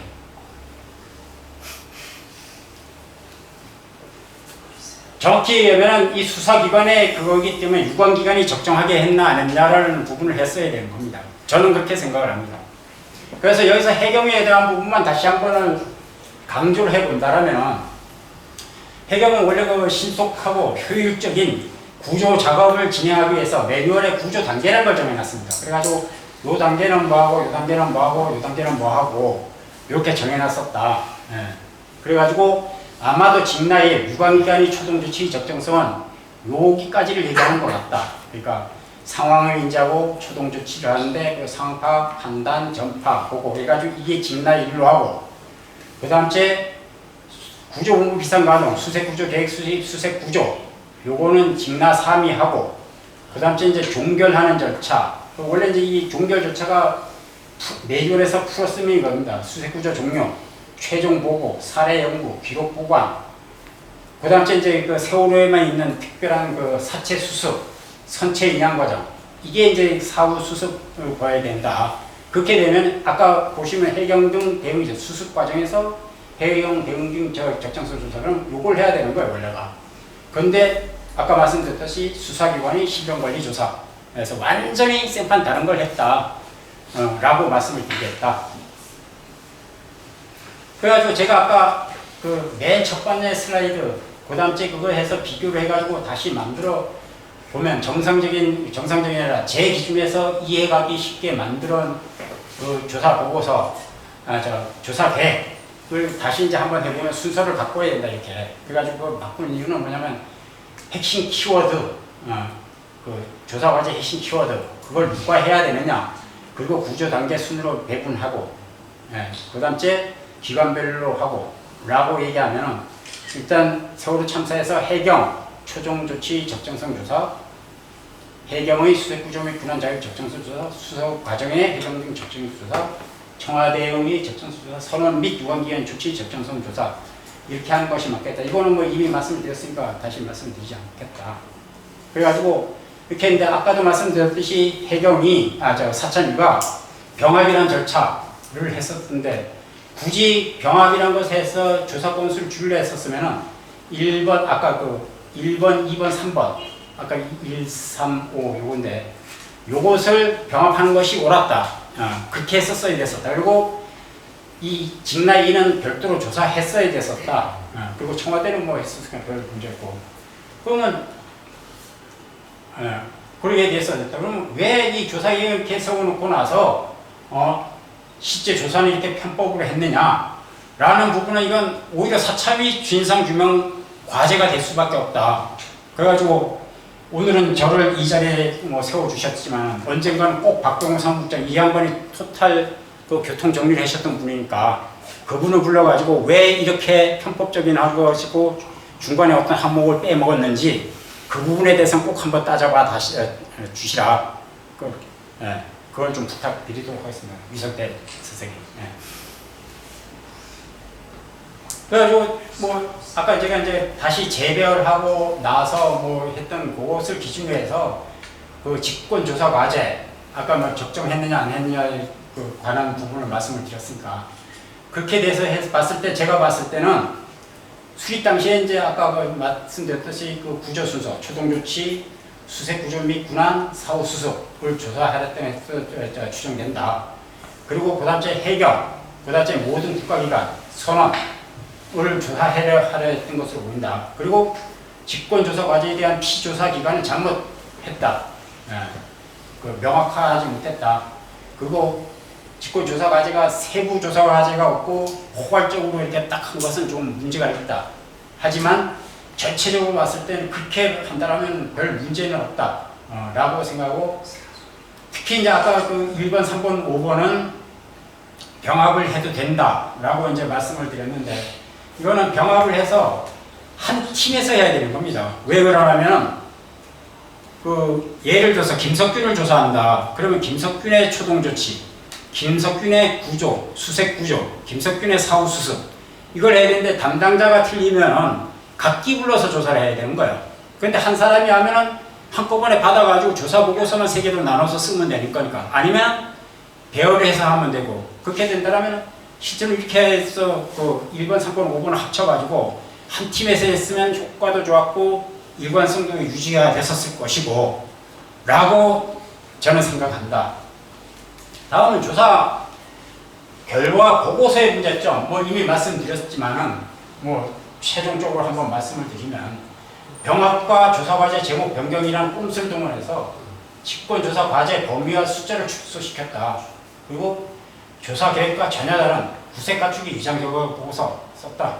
제가 사참위 보고서 신뢰하지 못하는 이유입니다. 그래서 아까 말씀드렸듯이 직나이 완전히 폐기했는데 이건 절대 폐기해서는 안 됐다. 병합하려면 1, 2, 3, 4, 5 했어야 됐다. 그 다음에 직나 3 같은 경우에는 수색구조 군항 과제는 완전히 폐기시켜버리고 명칭 변경한 뒤에 슬그머니 따른 조사 과제를 했다.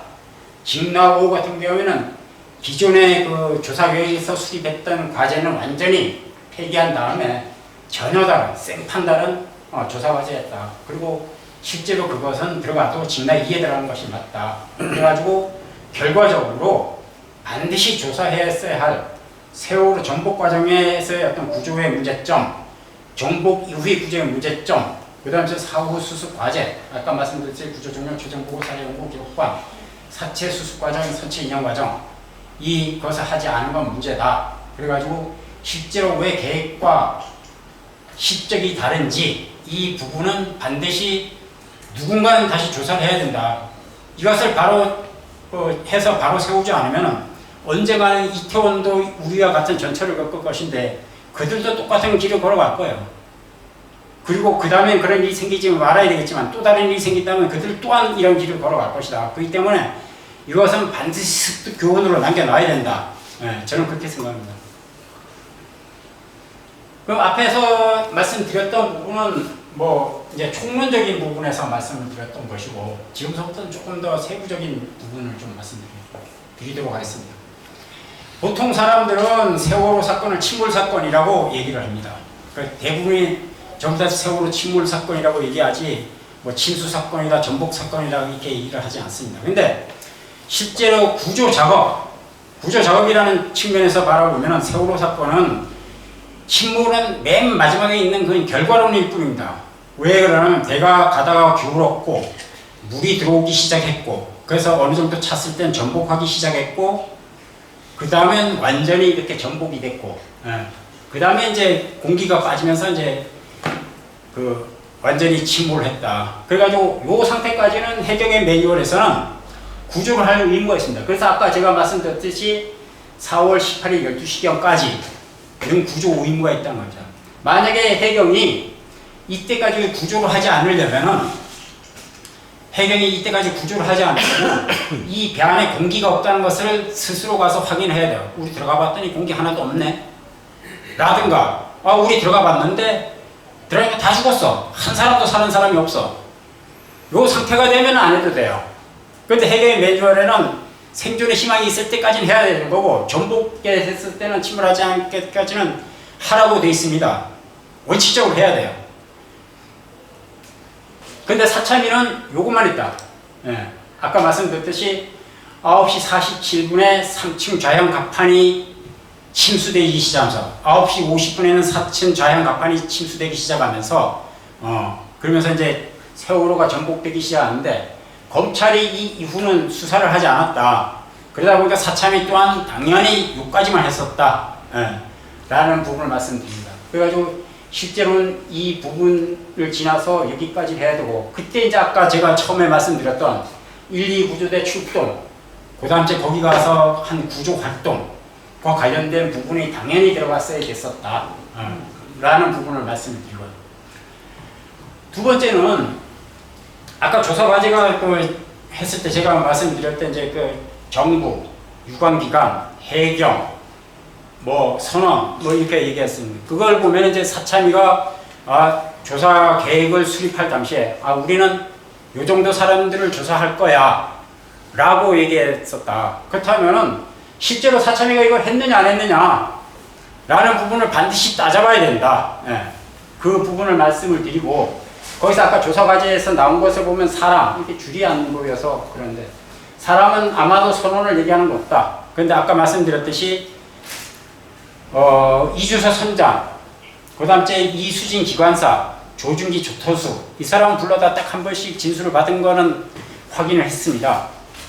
근데 나머지는 조사를 하지 않았다. 그리고 실제로 뭘 조사했는지는 제가 진술서를 보지 못했기 때문에 그래서 제가 사실상 조사하지 않았음 이라고 썼다. 근데 실제로 검찰 수사 결과를 보면 이게 수사가 되게 잘못되어 있는 것을 기록을 본 사람은 압니다. 얼마나 잘못되어 있니 검찰 수사가 부실하게 되어 있는지 아는데 사참위가 그것을 반드시 바로 잡아야 됐었고 실제로 이 담당자한테는 제가 이런 부분 했어야 된다고 말씀을 드렸는데 결국 손도 대지 않았다라는 부분을 말씀드리고 거기에 보면 유관기관이라는 걸 나옵니다. 그 유관기관은 그 해경의 입장에서 유관기관을 얘기할 수밖에 없는데 해경의 입장에서 유관기관은 청와대, 해수부, 국방부에서 우리가 가장 많이 알고 싶어하는 해군의 그 KNTDS 자료, AIS 관련 해군 함정의 AIS 관련된 자료. 그 다음 공군의 MCRC 그 녹취록. 이 MCRC 녹취록만 원본이 있었으면 세월호 사고 당일날 이들이 정말 구조 작업을 잘했는지 안 했는지 알 수 있습니다. 근데 이들이 원본을 공개하지 않고 짜기 끼고 그것도 아주 이상하게 만들어서 공개해서 실제로는 진실을 알지 못하는 상태를 만들었다. 그래서 반드시 했어야 되는데 그걸 안 했고 행안부에서 중대본, 그 다음 소방청, 교육부, 경기교육청 다른 것도 했었어야 된다. 왜 그러면 모르시는 분들이 많은데 전원구조 오보가 나올 때 단원고등학교는 단언컨대 세월호의 그 초대형 최악의 참사가 발생한 것을 알고 있었습니다. 그러니까 전원구조 오보가 나올 때까지 단원고 교감 강병규인가요? 강민규인가요? 하여튼 그 강교감하고 단원고등학교 교장, 그 다음 째 단원고등학교 교무부장하고 무려 18번을 통화했습니다. 전원구조 오보가 나올 때까지 그 시간까지 KBS 기준. 그러면 교감이 그때 해가지고 다 구조됐어 이렇게 얘기했겠냐 이거예요. 심지어 진술서를 보면 울면서 난리 났다고 얘기했답니다. 그런데 하여튼 단원고 교장이 일기 특조위 가서 조사를 조금 박된 건 맞는데 그거 보면은 전혀 그래서 실제로 사참위가 했었다라면 이 부분 반드시 조사했어야 될 부분이다. 그리고 제가 항상 하는 얘기 언론 우리가 오보 이렇게 얘기하면 이제 보통 사람들이 전원구조 오보라고 얘기하지만 실제로는 전원구조 오보가 아니었었습니다. 계획된 오보라고 저는 얘기하는데 실제로 그날 그 보도 중에서 진실은 딱 하나밖에 없습니다. 승객들이 구명조끼를 입고 배 안에서 기다리고 있다.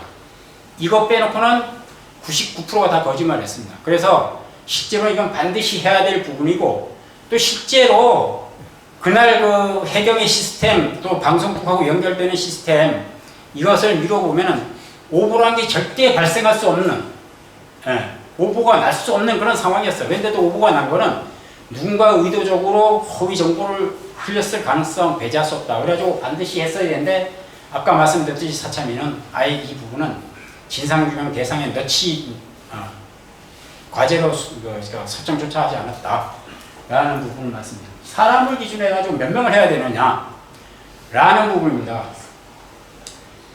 직나1 기준, 직나1 기준에서 제가 그 해경의 조직도를 놓고 나서 진술서하고 맞춰서 봤을 때 상황실과 지휘에 참여했던 사람은 모두 97명입니다.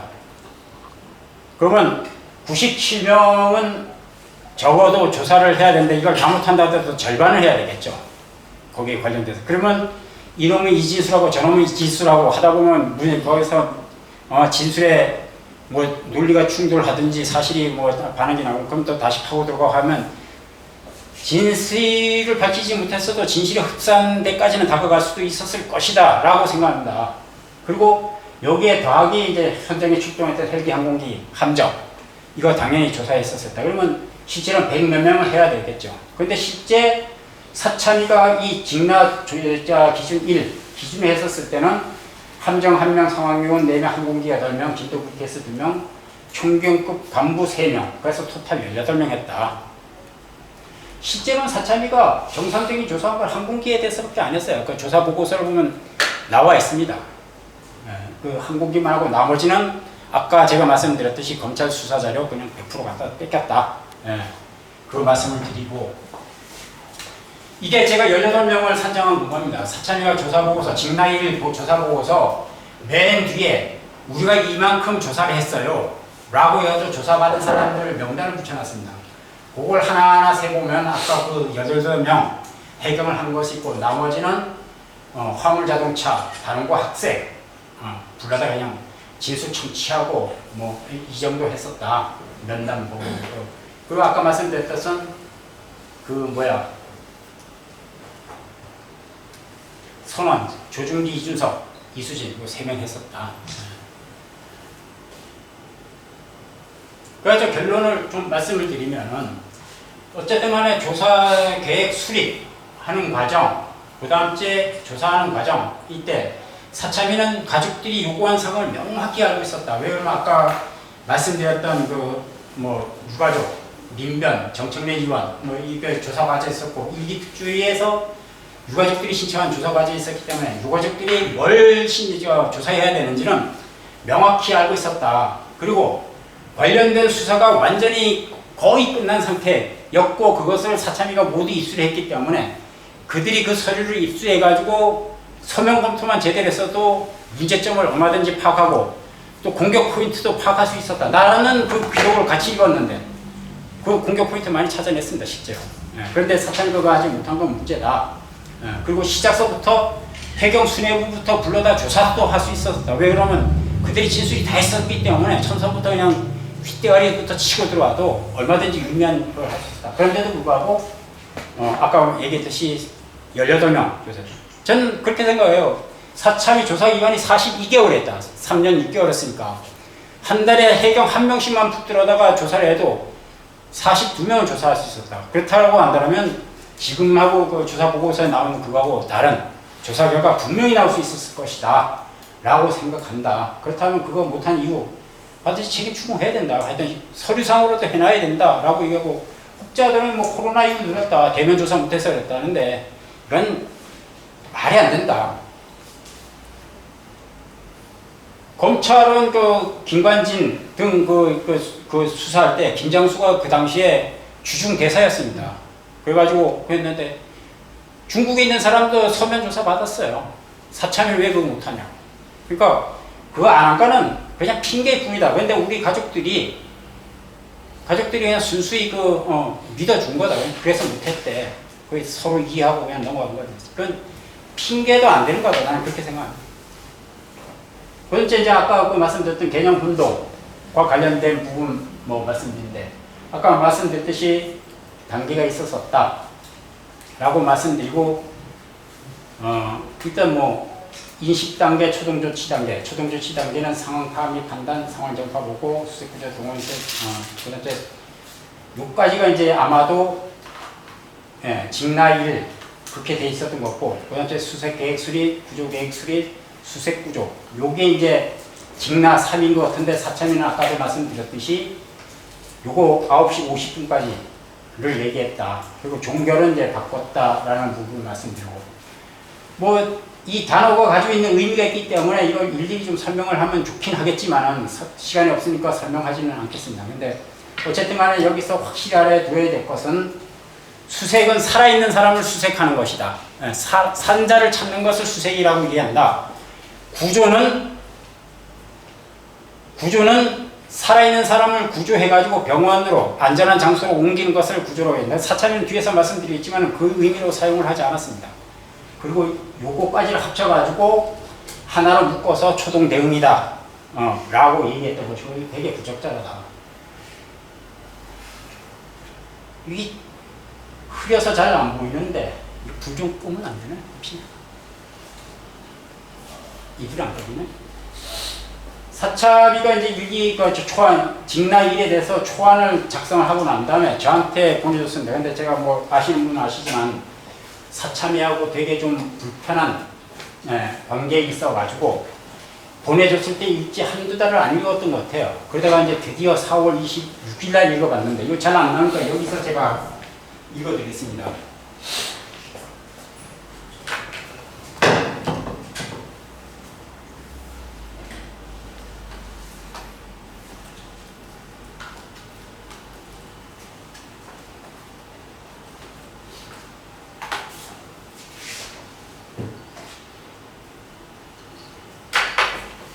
여기서 보면 이렇게 되어 있습니다. 원래 전원위에서 의결된 제목에서는 초동조치로 표현되어 있었다. 일반적으로 초동조치는 크게 두 가지 방식으로 사용된다. 하나는 세월호가 완전히 침몰하기 이전의 조치를 초동조치로, 완전 침몰한 이후의 수색 조치를 수색구조로 분류할 때 사용하는 방식이고, 다른 하나는 해산 치안 상황시 운영 규칙에 의해서 사용하는 방식이다.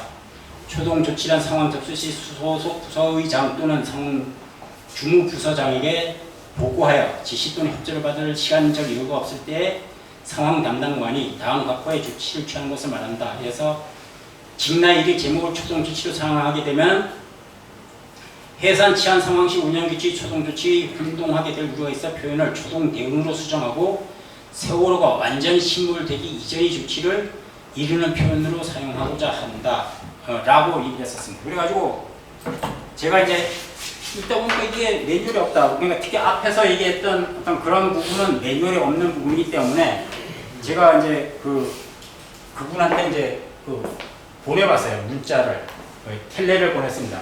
이 기준 어디서 온 거냐? 그랬더니 이 양반 한 얘기가 해경이 초동조치 및 수색구조 쟁점에서 사용했던 것을 가져왔습니다.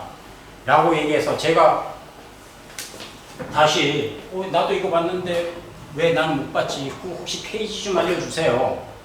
라고 얘기했더니 그 양반 얘기가 초동조치 및 수색구조 쟁점 및 몇 페이지에 나온다기보다는 초동조치 및 수색구조 쟁점 1에서는 초동조치를 다루고 2에서는 수색구조를 다룬 것으로 그냥 그렇게 본 것입니다. 좀 잘해져 있을 수 있겠네요. 그래가지고 내가 매뉴얼을 얘기하면서 이거 문제가 아니냐,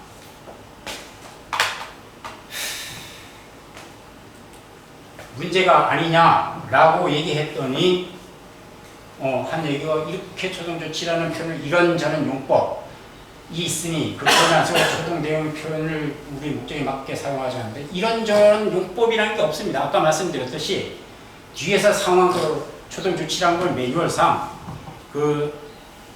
공식적인 구조 절차가 진행되기 전에 상황실에서 임시로 하는 조치를 초동조치라고 하는 겁니다. 그건데 이런저런 용법이 있다라고 얘기하면서 말씀하셨고, 그래서 이거 그런데 말 안 되잖아. 그러니까 이거 다시 전화 한번 드릴게요. 라고 얘기하고, 그 다음에 2022년 4월 26일 날 이래놓고 나서 그 사이에 딱 한 번 전화 통화를 했는데 제가 그것 때문에 전화한 건 아니고요. 그리고 다른 전화를 하셨다.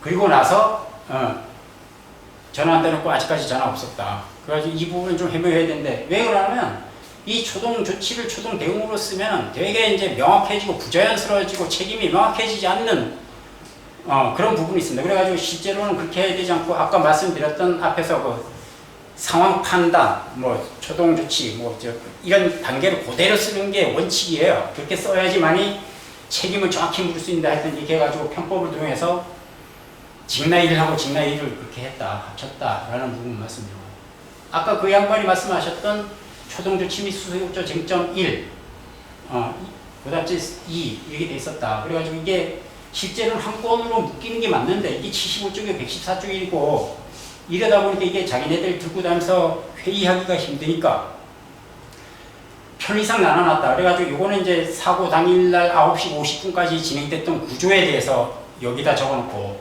뒤에 이런 사체 수습과 관련된 내용을 적어놔서 편의상 자기가 나눠놨던 것인데 이상한 논리를 들어서 해석했다. 그래서 이거는 실제로 이건 사참위가 혼동을 한 것인지 일부러 혼동을 한 것인지는 불명확하나 아주 매우 잘못됐다는 것은 틀림없다 라는 부분을 말씀드리겠습니다. 해결 매뉴얼에는 없다. 이 구조와 관련된 매뉴얼이 해상 수색구조 매뉴얼, 주변 해역 대형 해상세고 대응 매뉴얼, 해상 치안 상황시 운영 규칙, 이 세 개가 대체적으로 많이 쓰이는데 여기서 지금 잘 나오진 않는데 검색을 해보면 초동 대응이라는 얘기 자체는 아예 없다. 그 매뉴얼 전체에서도 초동 대응이라는 얘기 자체는 대응이라는 용어 자체가 안 나옵니다. 그렇게 돼 있고, 그럼에도 불구하고 보고서에서는 개별 과제 보고서에서는 63번, 소위 보고서에서는 13번 사용했다. 두 번째는 구조본부 비상가동과 관련된 개념 혼동이 되는 부분입니다. 이 구조본부와 관련돼서 이 진상규명 관점에서는 두 가지 쟁점이 있습니다. 하나는 구조본부 비상가동 절차에 대한 개념 혼동과 관련된 부분이 있고, 또 하나는 구조본부 지휘 방법에 대한 개념 혼동이 있다. 그래가지고 이 부분은 워낙 복잡하고 반드시 해야 될 부분에 다음 주에 말씀을 드리겠다. 다만 오늘 말씀을 드리는데 구조본부 지휘 방법에 대해서 사참위가 좀 혼동을 하고 있다. 라는 부분입니다. 원래 이제 구조본부라는 걸 아시는 분은 아시겠지만은 세월호 참사와 같은 어떤 이런 것을 나면은 즉각적으로 대응하기 위해서 아니면 그런 것을 방지하는 것을 발생하는 것을 방지하기 위해서 해경에 평상시에 설치된 조직입니다. 그게 평상시에선 예방 활동과 장비를 생고 교육을 하고 이런 것을 하다가 이제 실제로 사고가 발생하면 다시 이제 군대 5분 대기처럼 비상 가동을 해가지고 그때서부터 이제 구조에 전념하는 조직을 말하는데, 이게 비상 가동이 되면은 상황실에 이제 구조본부장, 해경청장이나 이런 사람들이 들어와가지고 오고, 그 다음 이제 실제 담당자들, 그러니까 구조 상황실은 그냥 말 그대로 상황실입니다. 그러니까 오는 걸 해가지고 보고를 하는 사람들이고 그 사람들은 구조를 몰라요.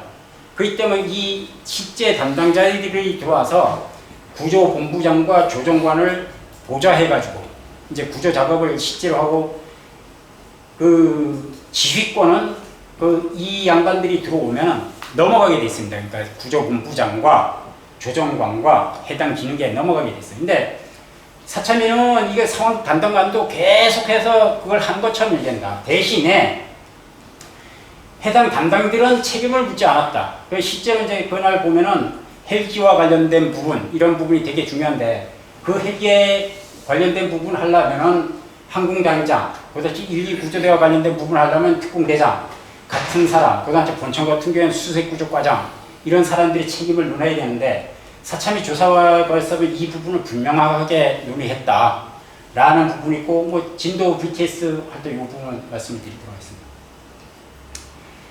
원래 이제 아까도 말씀드렸듯이 이 해경이 세월호 사고와 같은 것을 예방하기 위해서, 또는 사고가 발생하기 하면은 효율적이고 신속한 대응을 위해서 이제 이런 구조본부를 해서 했는데, 매뉴얼에서는 단위별로 되어 있습니다. 그러니까 본청에는 중앙구조본부, 그 다음 이제 지방청에는 광역구조본부, 지역해양경찰서에는 지역구조본부, 이렇게 해야 된다 라고만 해놓고, 이게 동시에 될 경우, 가동될 경우에서는 어떻게 지휘하고 어떻게 행동하고 하는 부분이 안 나와 있습니다. 매뉴얼에. 그러다 보니까 이제 어떤 사태가 생기면 이 나라는 그냥 서로 그냥 책임지면서 우왕좌왕 하다가 그 최악의 참사가 발생하고 난 다음에 이제 책임을 논하는 단계가 되다 보니까 서로 책임을 이제 이렇게 전가하는 거예요. 그러니까 상급구조본부와 상급자들은 하급구조본부와 하급자들한테 미룹니다. 난 쟤들이 저 정도는 할 줄 알았어. 그렇게 했었으면 참 좋았을 텐데 아쉬움이 있습니다. 진수서고는 그렇게 돼 있습니다. 밑에 놈들은 그런 거는 우리가 하는 게 아니에요. 저 위에서 하는 거예요. 난 당연히 그들이 하는 줄 알았어요. 그러면 우리가 얘기하는 검찰, 사참위 등이 철저히 수사하고 조사를 했다라면은 거기에 대한 것을 매뉴얼을 정말 효율적으로 해석하고 해서 거기에 대한 책임을 명확히 했었어야 됐었다. 그런데 하지 않았다. 라는 부분입니다. 그래서 여기서는 이 부분에 대해서 다시 좀 확인할 필요가 있다. 그래서 보면은 원래 매뉴얼에서는 지역구조본부, 광역구조본부, 중앙구조본부는 각기 내부적으로 해야 될 역할이 정해져 있고 그 다음 외부에 대해서 해야 될 역할이 서로 정해져 있었다. 그리고 위로는 보고의 의무, 전파의 의무가 있고 위에서는 지시, 통제, 지휘의 의무가 있었다. 그래가지고 실제로는 보고를 하지 않았냐 했냐라고 생각하면 그것에 대한 책임을 물으면 되고 위에서는 조정하고 통제하고 감독하지 않았으면 그의 책임을 물었으면 되는 건데 실제로는 그 진술서만 했으면 좋았을 텐데 참 안타까워요 라고 얘기해놓고 나서 책임을 안 묻고 넘어갔다. 그럼 적어도 유가족의 어떤 한을 풀어주기 위해서 있는 사참이 이 개념을 정확히 했어야 했는데 이거 안 했다.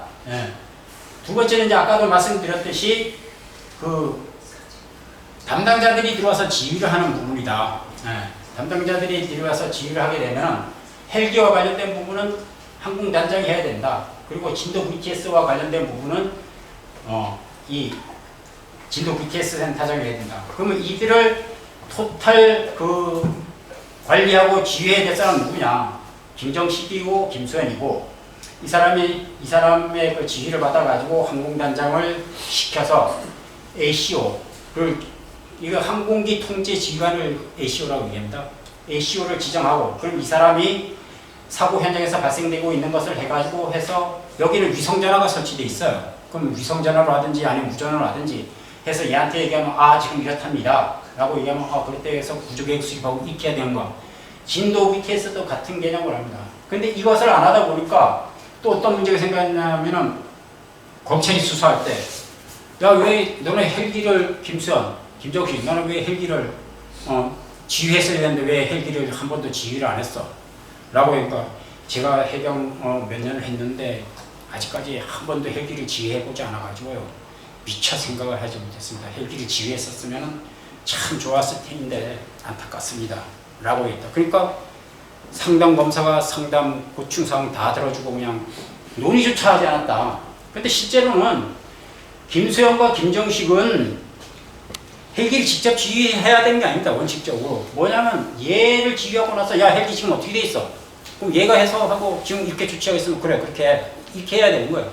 진도 VTS도 똑같다 라는 부분을 말씀드리겠다. 그 다음에 이제 사참위 보고서에서 좀 나와 있는 부분인데 아까 그 진도 VTS와 관련된 부분하고도 연관이 되어 있는데요. 이 사참위가 좀 오해를 하고 있는 부분이 매뉴얼은 사참위처럼 해석을 하는 게 맞습니다. 근데 한편으로는 저처럼 해석하는 것도 맞습니다. 근데 구조본부라는 그 본래의 기능을 생각한다면 저처럼 해석하는 게 저는 맞다고 생각해요. 사참위는 어떻게 해석을 했냐면 해양경찰청 상황실, 비치공상 고정익 항공기, 서해지방해양경찰청 상황실, 진도 BTS 511호, 목포해양경찰서 상황실, 123정 등 함정, 그 다음 제주청 513헬기가 모두 세월호에다가 무전을 하든지 전화를 하든지 이래가지고 세월호 선대 정보를 파악해가지고 구조 계획을 수립해가지고 그래서 구조 활동을 했었어야 했다. 그게 안 한 게 죄다. 라고 얘기를 한 겁니다. 근데 가끔 가다가 좀 생각을 해보면 만약에 이들이 한꺼번에 세월호에다 다 그냥 동시에 야 세월호 지금 어떻게 됐어 뭐 이렇게 했으면 어떤 사태가 벌어졌을까요? 아마 그냥 아수라장이 되고 못했을 거다. 라고 생각한다. 그런 측면을 생각하고 아까도 말씀드렸듯이 실제 구조는 해당 기능이 한다라는 측면, 그러니까 그거는 매뉴얼에 나와 있는 거니까 그 측면을 한다라면은 실제로 이렇게 해야 되는 게 아니고 앞에서 제가 말씀드렸던 것처럼 얘를 해가지고 받아가지고 전파를 하고 다만 매뉴얼의 진도 VTS는 목포서에다가 알려줄 의무가 있었기 때문에 알려주고 그럼 그걸 가지고 구조계획을 수립하고 만약에 진도 VTS로부터 받은 정보가 약간 모자란다면 그렇게 했어야 됐었다 라는 부분을 말씀드립니다. 다만 진도 VTS가 그날 잘못한 점이 있습니다. 사참위는 진도 BTS가 여러 번 통화를 했고 정보를 파악해서 보고를 했기 때문에 아무 문제가 없다라는 식의 생각입니다. 근데 실제로 다음 주에 시간이 될지 안 될지 모르겠지만은 진도 BTS가 서해청에 보고했다는 증거가 없다. 그건 명확하다.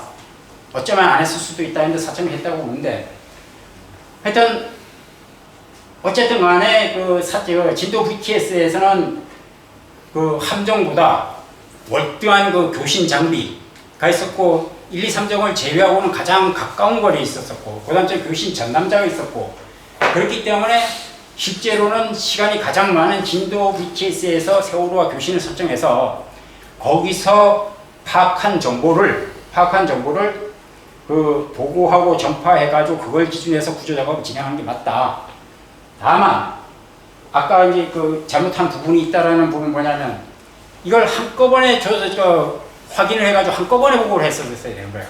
그러니까 세월호 사고 발생 사실을 알고 난다면 한꺼번에 모든 정보를 파악해가지고 한꺼번에 뭐 서해청에 보고라든지 목포서에 알려주든지 해서 받으면 지금 상황이 이렇게 돼 있대. 그러면 어떻게 하고 이렇게 돼야 되는데 실제로는 9시 7분서부터 37분까지 30분 동안 64교신을 했다. 그래가지고 거의 상황 정보가 끝나갈 무렵 상황 파악이 끝나갈 무렵이 되니까 선원들은 도망가 버리고 배는 기울어서 넘어가 버린 거예요. 그래가지고 실제로 엄격히 따지면은 여기서 이 허리에 있는 애들이 이 입체적인 대응 이 못한 것이 전부는 아니지만 일부의 원인으로 작용한 건 틀림없는 사실이다 라고 봐야 된다. 그러니까 음모론을 완전히 걷어내고 구조 시스템이라는 면에서만 본다면 그렇다고 말씀을 드리겠습니다. 실제로 진도 BTS 그래가지고 제가 말씀드리면 얘들이 했던 결론대로 한다면은 사람의 사망자 숫자는 줄었을지 모르지만 그 사참위가 지적한 대로 매뉴얼을 해석했다라면은 사망자 숫자는 줄었을지 모르지만 참사는 여전히 났을 것이다 라는 부분을 말씀을 드리고 원래 진도 BTS가 매뉴얼상 해야 되는 부분은 이 부분입니다. 현재의 침수 정도 및 침수 진행 여부의 침수 원인 확인, 태산 해상 투시 인근 선박의 인연 구전 사태, 각하 및 객실 잔류 인원 침수 구역 고리 여부, 부수 세력이 현장 도착 전 자체 침수 저지 여부, 뭐 이렇게 해가지고 구명조끼 착용 여부, 구명벌 투하 퇴선 준비 사항, 선장인 승객 안중에 좋지 않은 사항, 그 다음 째 우리가 너네한테 뭘 해줘야 돼? 라는 부분까지 물어가지고 저쪽에서 지금 이렇게 얘기합니다. 그러면 지휘부가 그걸 받아가지고 그럼 뛰어내리려고 되는 거 아니야? 뛰어내리라고 그래. 이렇게 하면 아주 나이스한 그 구조 작업이 진행됐을 것이다. 그런데 아까도 말씀드렸듯이 30분 동안 모든 해경이 그냥 진도 BTS와 세월호하고 한 게 이게 다였다. 다였고 거기다 필수 항목이 빠진 것도 있었다. 결국에는 이렇게 쭉 늘어지고 하다 보니까 어느 정도 상황이 파악될 때쯤 되니까 배는 기우고 선원들은 도망가고 그러다 보니까 기회 자체가 없어져 버리는 아주 이상한 사태가 되어버렸다 라는 부분을 말씀드리겠습니다. 그 다음에 이제 구조와 관련된 자기 의무 개념 혼동이라는 부분인데요. 아까 말씀드렸듯이 그 해경의 매뉴얼은 그 상황 인지, 초동 조치, 수색 구조 계획 수립, 수색 구조, 종결 해가지고 그 단계별로 어떤 것을 해야 되는 요구사항이 있습니다. 그래가지고 실제로 해경의 책임을 논할 때는 그것을 누가 했어야 되는지, 그것을 했느냐 안 했느냐 라는 부분을 따져가지고 그래가지고 책임을 추궁했었다. 근데 검찰이 이것을 되게 단순화시킵니다. 검찰이 그 공소장에서 어떻게 시키냐면 구조 세력이 사고 현장에 도착하기 전의 의무, 구조 세력이 사고 현장에 도착한 후의 의무. 그래가지고 세월호와 교신을 사고 현장 도착 전에는 세월호와 교신을 해가지고 상황을 파악하고 비상가도 유전을 전파하고 이런 거 해라. 그리고 도착한 후에는 안전한 장소를 대피시키고 태산 유도해라. 이거 하지 않은 게 죄야. 라고 얘기를 했었다. 그러다 보니까 매뉴얼과 비교를 하면 해야 될 의무가 되게 단순화되고 숫자가 줄어든다. 그러니까 책임이 이걸 다 논하더라도 책임이 되게 경감돼. 행위자들이 책임이 작아지게 되는 원인이 된다. 그리고 두 번째는 뭐 여기서 자세히 설명을 할 수 없지만 되게 포괄적인 책임을 묻게 돼요. 그러니까 실제로 책임을 하려면 아까 박상은 씨 얘기대로 그 행위자 한 사람 한 사람이 그걸 해가지고 사성 그걸 해서 찾아서 해야 되는데 그걸 하지 않고 포괄적으로 하게 된다. 그러니까 판결문을 보면 피고인들이라고 써놓습니다. 피고인들은 그러니까 박종대는 뭐 김 누구는 이렇게 써야 되는데 그렇게 안 쓰고 피고인들은 이라고 표현하고 한 사람이 어떤 행위를 하면 나머지 10명도 다 한 것처럼 그리고 한 사람이 못할 사유가 생기면 나머지도 당연히 못했을 거야. 이래놓고 나서 그 뒤에다 무죄라고 썼던 것입니다. 그래가지고 사참위가 이 부분을 좀 바로잡을 필요가 있었는데 이런 부분 좀 안 됐다 라고 얘기하고 참고로 구조 단계별로 매율이 요구했던 내용은 이런 것들입니다.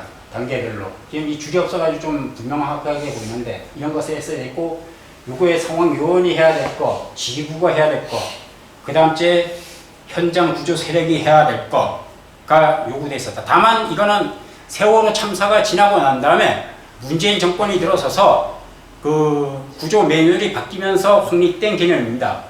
그런데 세월호 사고 당시에도 이 의무가 없었던 건 아니다. 이 의무가 분명히 있었었다. 다만 이렇게 서면을 하지 않았었고 그래서 제가 한번 내봤습니다. 정말 세월호 사고 당시에 했었느냐 안 했느냐 가지고 내봤더니 안 했다. 한 게 없다. 현장 구조 세력도 이걸 했었어야 되는데 한 게 없다. 이 결과는 초대형 최악의 참사였다 라고 말씀드립니다. 이제 뭐 시간이 제가 아까 다 쓰셨어요? 네. 9시까지 끝내겠어요. 이제 마무리인데요. 사소한 문제에 대해서 좀 말씀드리겠습니다. 아까도 말씀드렸듯이 사참이 그 조사 결과 보고서 신뢰하지만 이런 것을 볼 때 그냥 검찰 수사자로 뺏기게 했다라는 부분. 저는 이 부분이 대단히 중요하다고 생각하는 거는 왜 중요하냐면 우리 가족들이 사참위를 출범을 시키고 유민 아빠 김영호 씨가 일기특조위를 그 법을 통과시키기 위해서 목숨을 걸고 단식했던 이유는 검찰 수사 결과를 믿지 못했기 때문입니다. 그렇기 때문에 아까 오면서 우리 경빈 어머니께서도 말씀하셨지만은 검찰 수사 결과를 완전히 깔고 문디고 새로운 조사를 해주고 그래서 우리가 설득당할 수 있도록 하는 것이 원래 그렇습니다. 그런데 그 희망, 간절한 소망을 알고 있는 사참위가 그러니까 42개월 동안 아무것도 하지 않고 검찰 수사 결과 뺏겼다라는 부분 저는 솔직히 심정적으로, 느낌적으로 용서할 수가 없습니다. 이건 유가족에게는 배신행위다 라고 말씀드리겠다. 두 번째는 그럼 뺏긴 거 좋아. 그리고 많이 뺏겼어. 그러면 걔네들은 보시면서 어떤 그걸 알고 있었었다. 그 검찰 수사 결과 문제되는 거 많이 알고 있었었다. 그러면 보고서에서 검찰이 잘못 밝히고 법원이 잘못한 거 그거 바로 잡아줬어야 됐었다. 왜 그러냐면은 우리가 알고 싶은 건 정말 검찰의 부실 수사, 법원의 잘못된 판결 이것도 알고 싶었는데 결론까지 뺏겼다. 그건 잘못된 거다. 특히 아까도 말씀드렸지만은 법원의 판결문 요지를 보면 이렇게 됐습니다. 자, 너네 할 만큼 했어.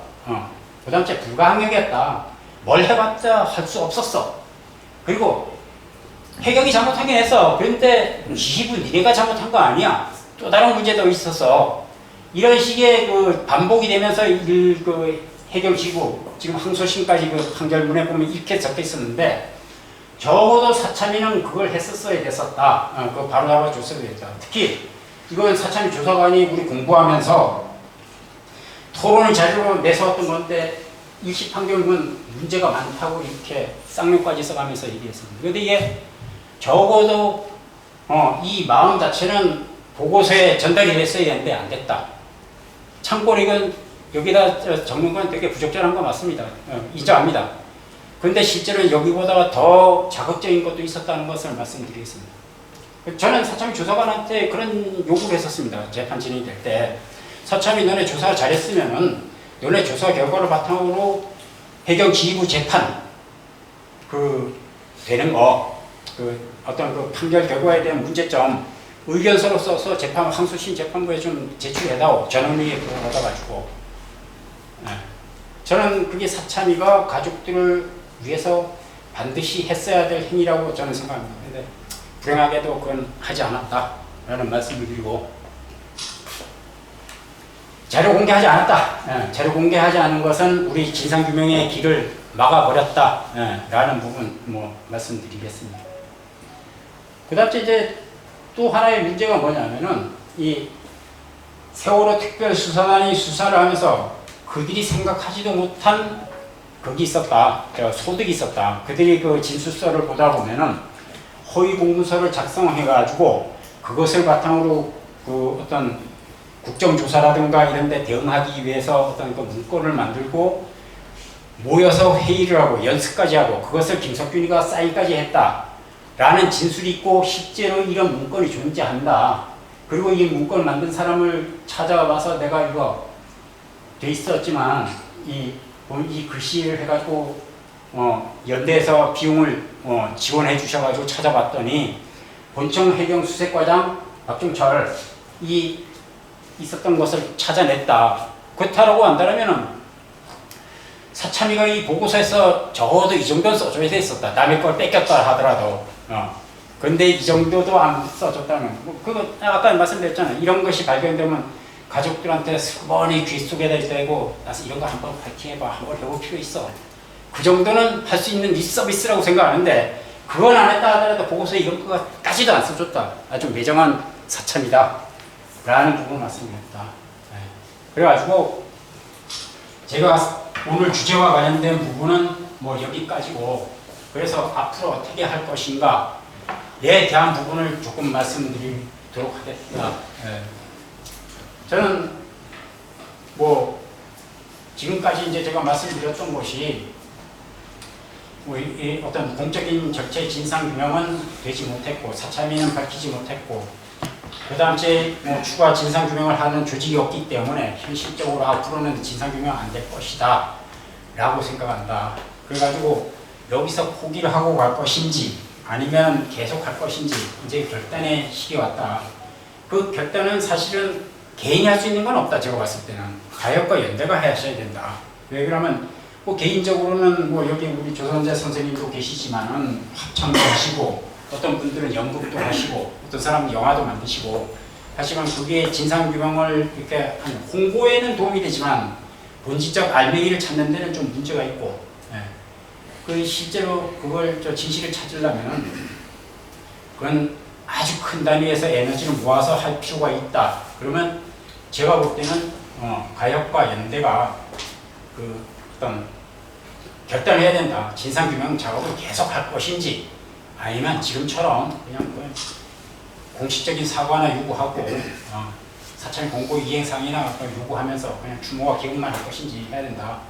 그리고 만약에 진상규명을 계속 하겠다고 생각한다면 아까 그 조사 그 평가단 구성도 그 같은 맥락이지만 별도의 독립민간 진상기구를 해야 된다. 그래가지고 어떤 식으로든지 사참위 조사자를 100% 입수해가지고 데이터베이스 구축하고 자료 공개하고 이런 절차 가야 된다. 왜 그러냐면 제가 9년 동안 이 진상규명 작업을 하면서 많은 사람들을 만났고 여기 우리 노 선생님이나 또 많은 시민들하고 같이 진상규명도 활동도 하고 있지만은 이 진실을 알고 싶어 하시는 분도 되게 많고 의외로 자기 스스로 정말 자료를 가지고 공부하고 연구하고 해서 진실을 밝히고 싶어 하시는 분도 생각보다 많습니다. 근데 그분들한테 하는 그 한계가 뭐냐면 자료가 없다는 거예요. 그 이제 저하고 가까이 계신 분들 같은 경우에는 요구하고 하면 제가 외장하드에 떠서도 드리고 하지만 그 외장하드 띄려면 하루 종일 떠야 됩니다. 그 양 자체가. 그렇기 때문에 그렇기 때문에 필요한 부분, 안 필요한 부분에서 정리해서 그렇게 하고 그래서 하면은 이 서울 사건이 따지고 보면은 박근혜서부터 말단 해경 의결까지 단원고등학교 교장까지 관여된 사건이고 하기 때문에 때로는 이걸 가지고 논문을 쓸 사람도 있을 수 있고 레포트를 쓸 수 있는 사람도 있고 심지어는 창작을 할 사람들도 있을 것이다. 그럼 그 사람들이 그런 것을 제대로 할 수 있도록 길을 열어주지 않으면 우리가 그걸 하지 않으면 오히려 그것이 진상규명을 방해하는 행위가 될 수도 있다. 왜곡시키는 행위도 될 수 있고 그렇기 때문에 반드시 그 절차는 필요하고 그것도 아까 말씀드렸던 그 미규명 진상과제 추가로 하면서 법적 투쟁을 해야 된다. 도대체 여기서 이제 하는 게 확정성, 지속성을 동반한 진상규명 활동을 설계하고 확실하게 실천해야 된다라고 얘기했는데 참 이런 말씀을 드려야 될지 말아야 될지는 모르겠으나 지금까지 연대 같은 경우에 이제 하시는 거 보면은 항상 이제 필드에서 그 바닥에서 이제 야 지금 연대 뭐해? 뭐 도대체 활동하고 있는 거야? 뭐 그러면 이제 딱 하는 게 이제 워크숍, 그죠? 워크숍 하시고 또 그다음 주에 이제 하면 지금도 이제 하면은 아까 앞에서 맡던 평가 자료를 꺼내가지고 아마 진실버스 돌린다고 이해하실 겁니다. 네. 그때 그 방법이 과연 맞냐라는 생각을 합니다. 왜 그러냐면은 진실버스 같은 경우에는 가면 지역에 가면은 만났던 사람들만 만나요. 그러니까 세월호에 관심 있는 사람들끼리 울산 가면 울산에서 모이고 광주 가면 광주에서 모이고 해가지고 확정성이 없다. 그런데 실제로는 이 특정 다수에게 이것을 알리고 더 파일을 키우는 그런 절차가 지금 시급히 필요할 때다. 제가 봤을 때는 그것을 연대와 그걸 해야 된다.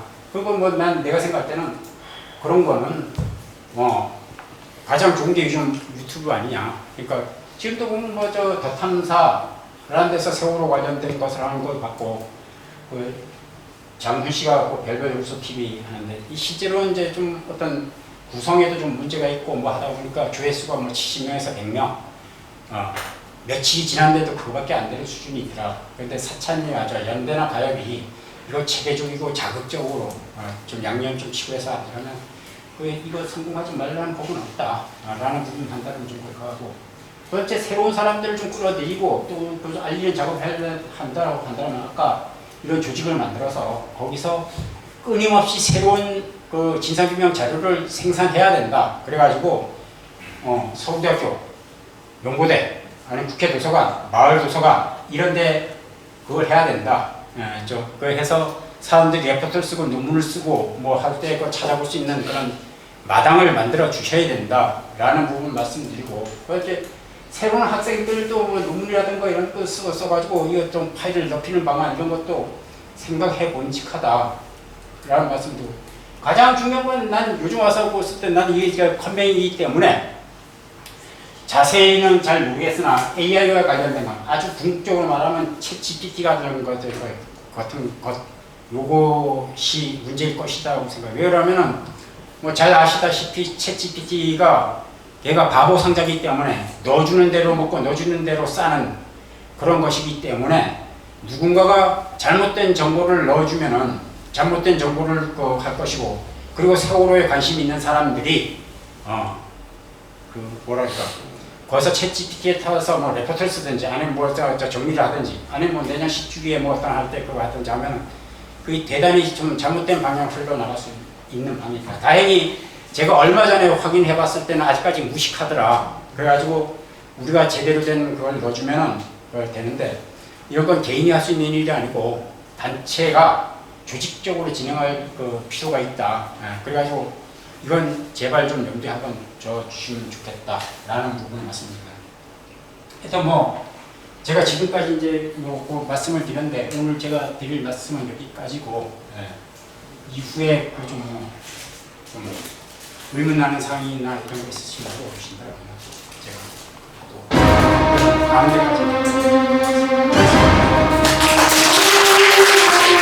반드시 진상규명 끝까지 대기자 처벌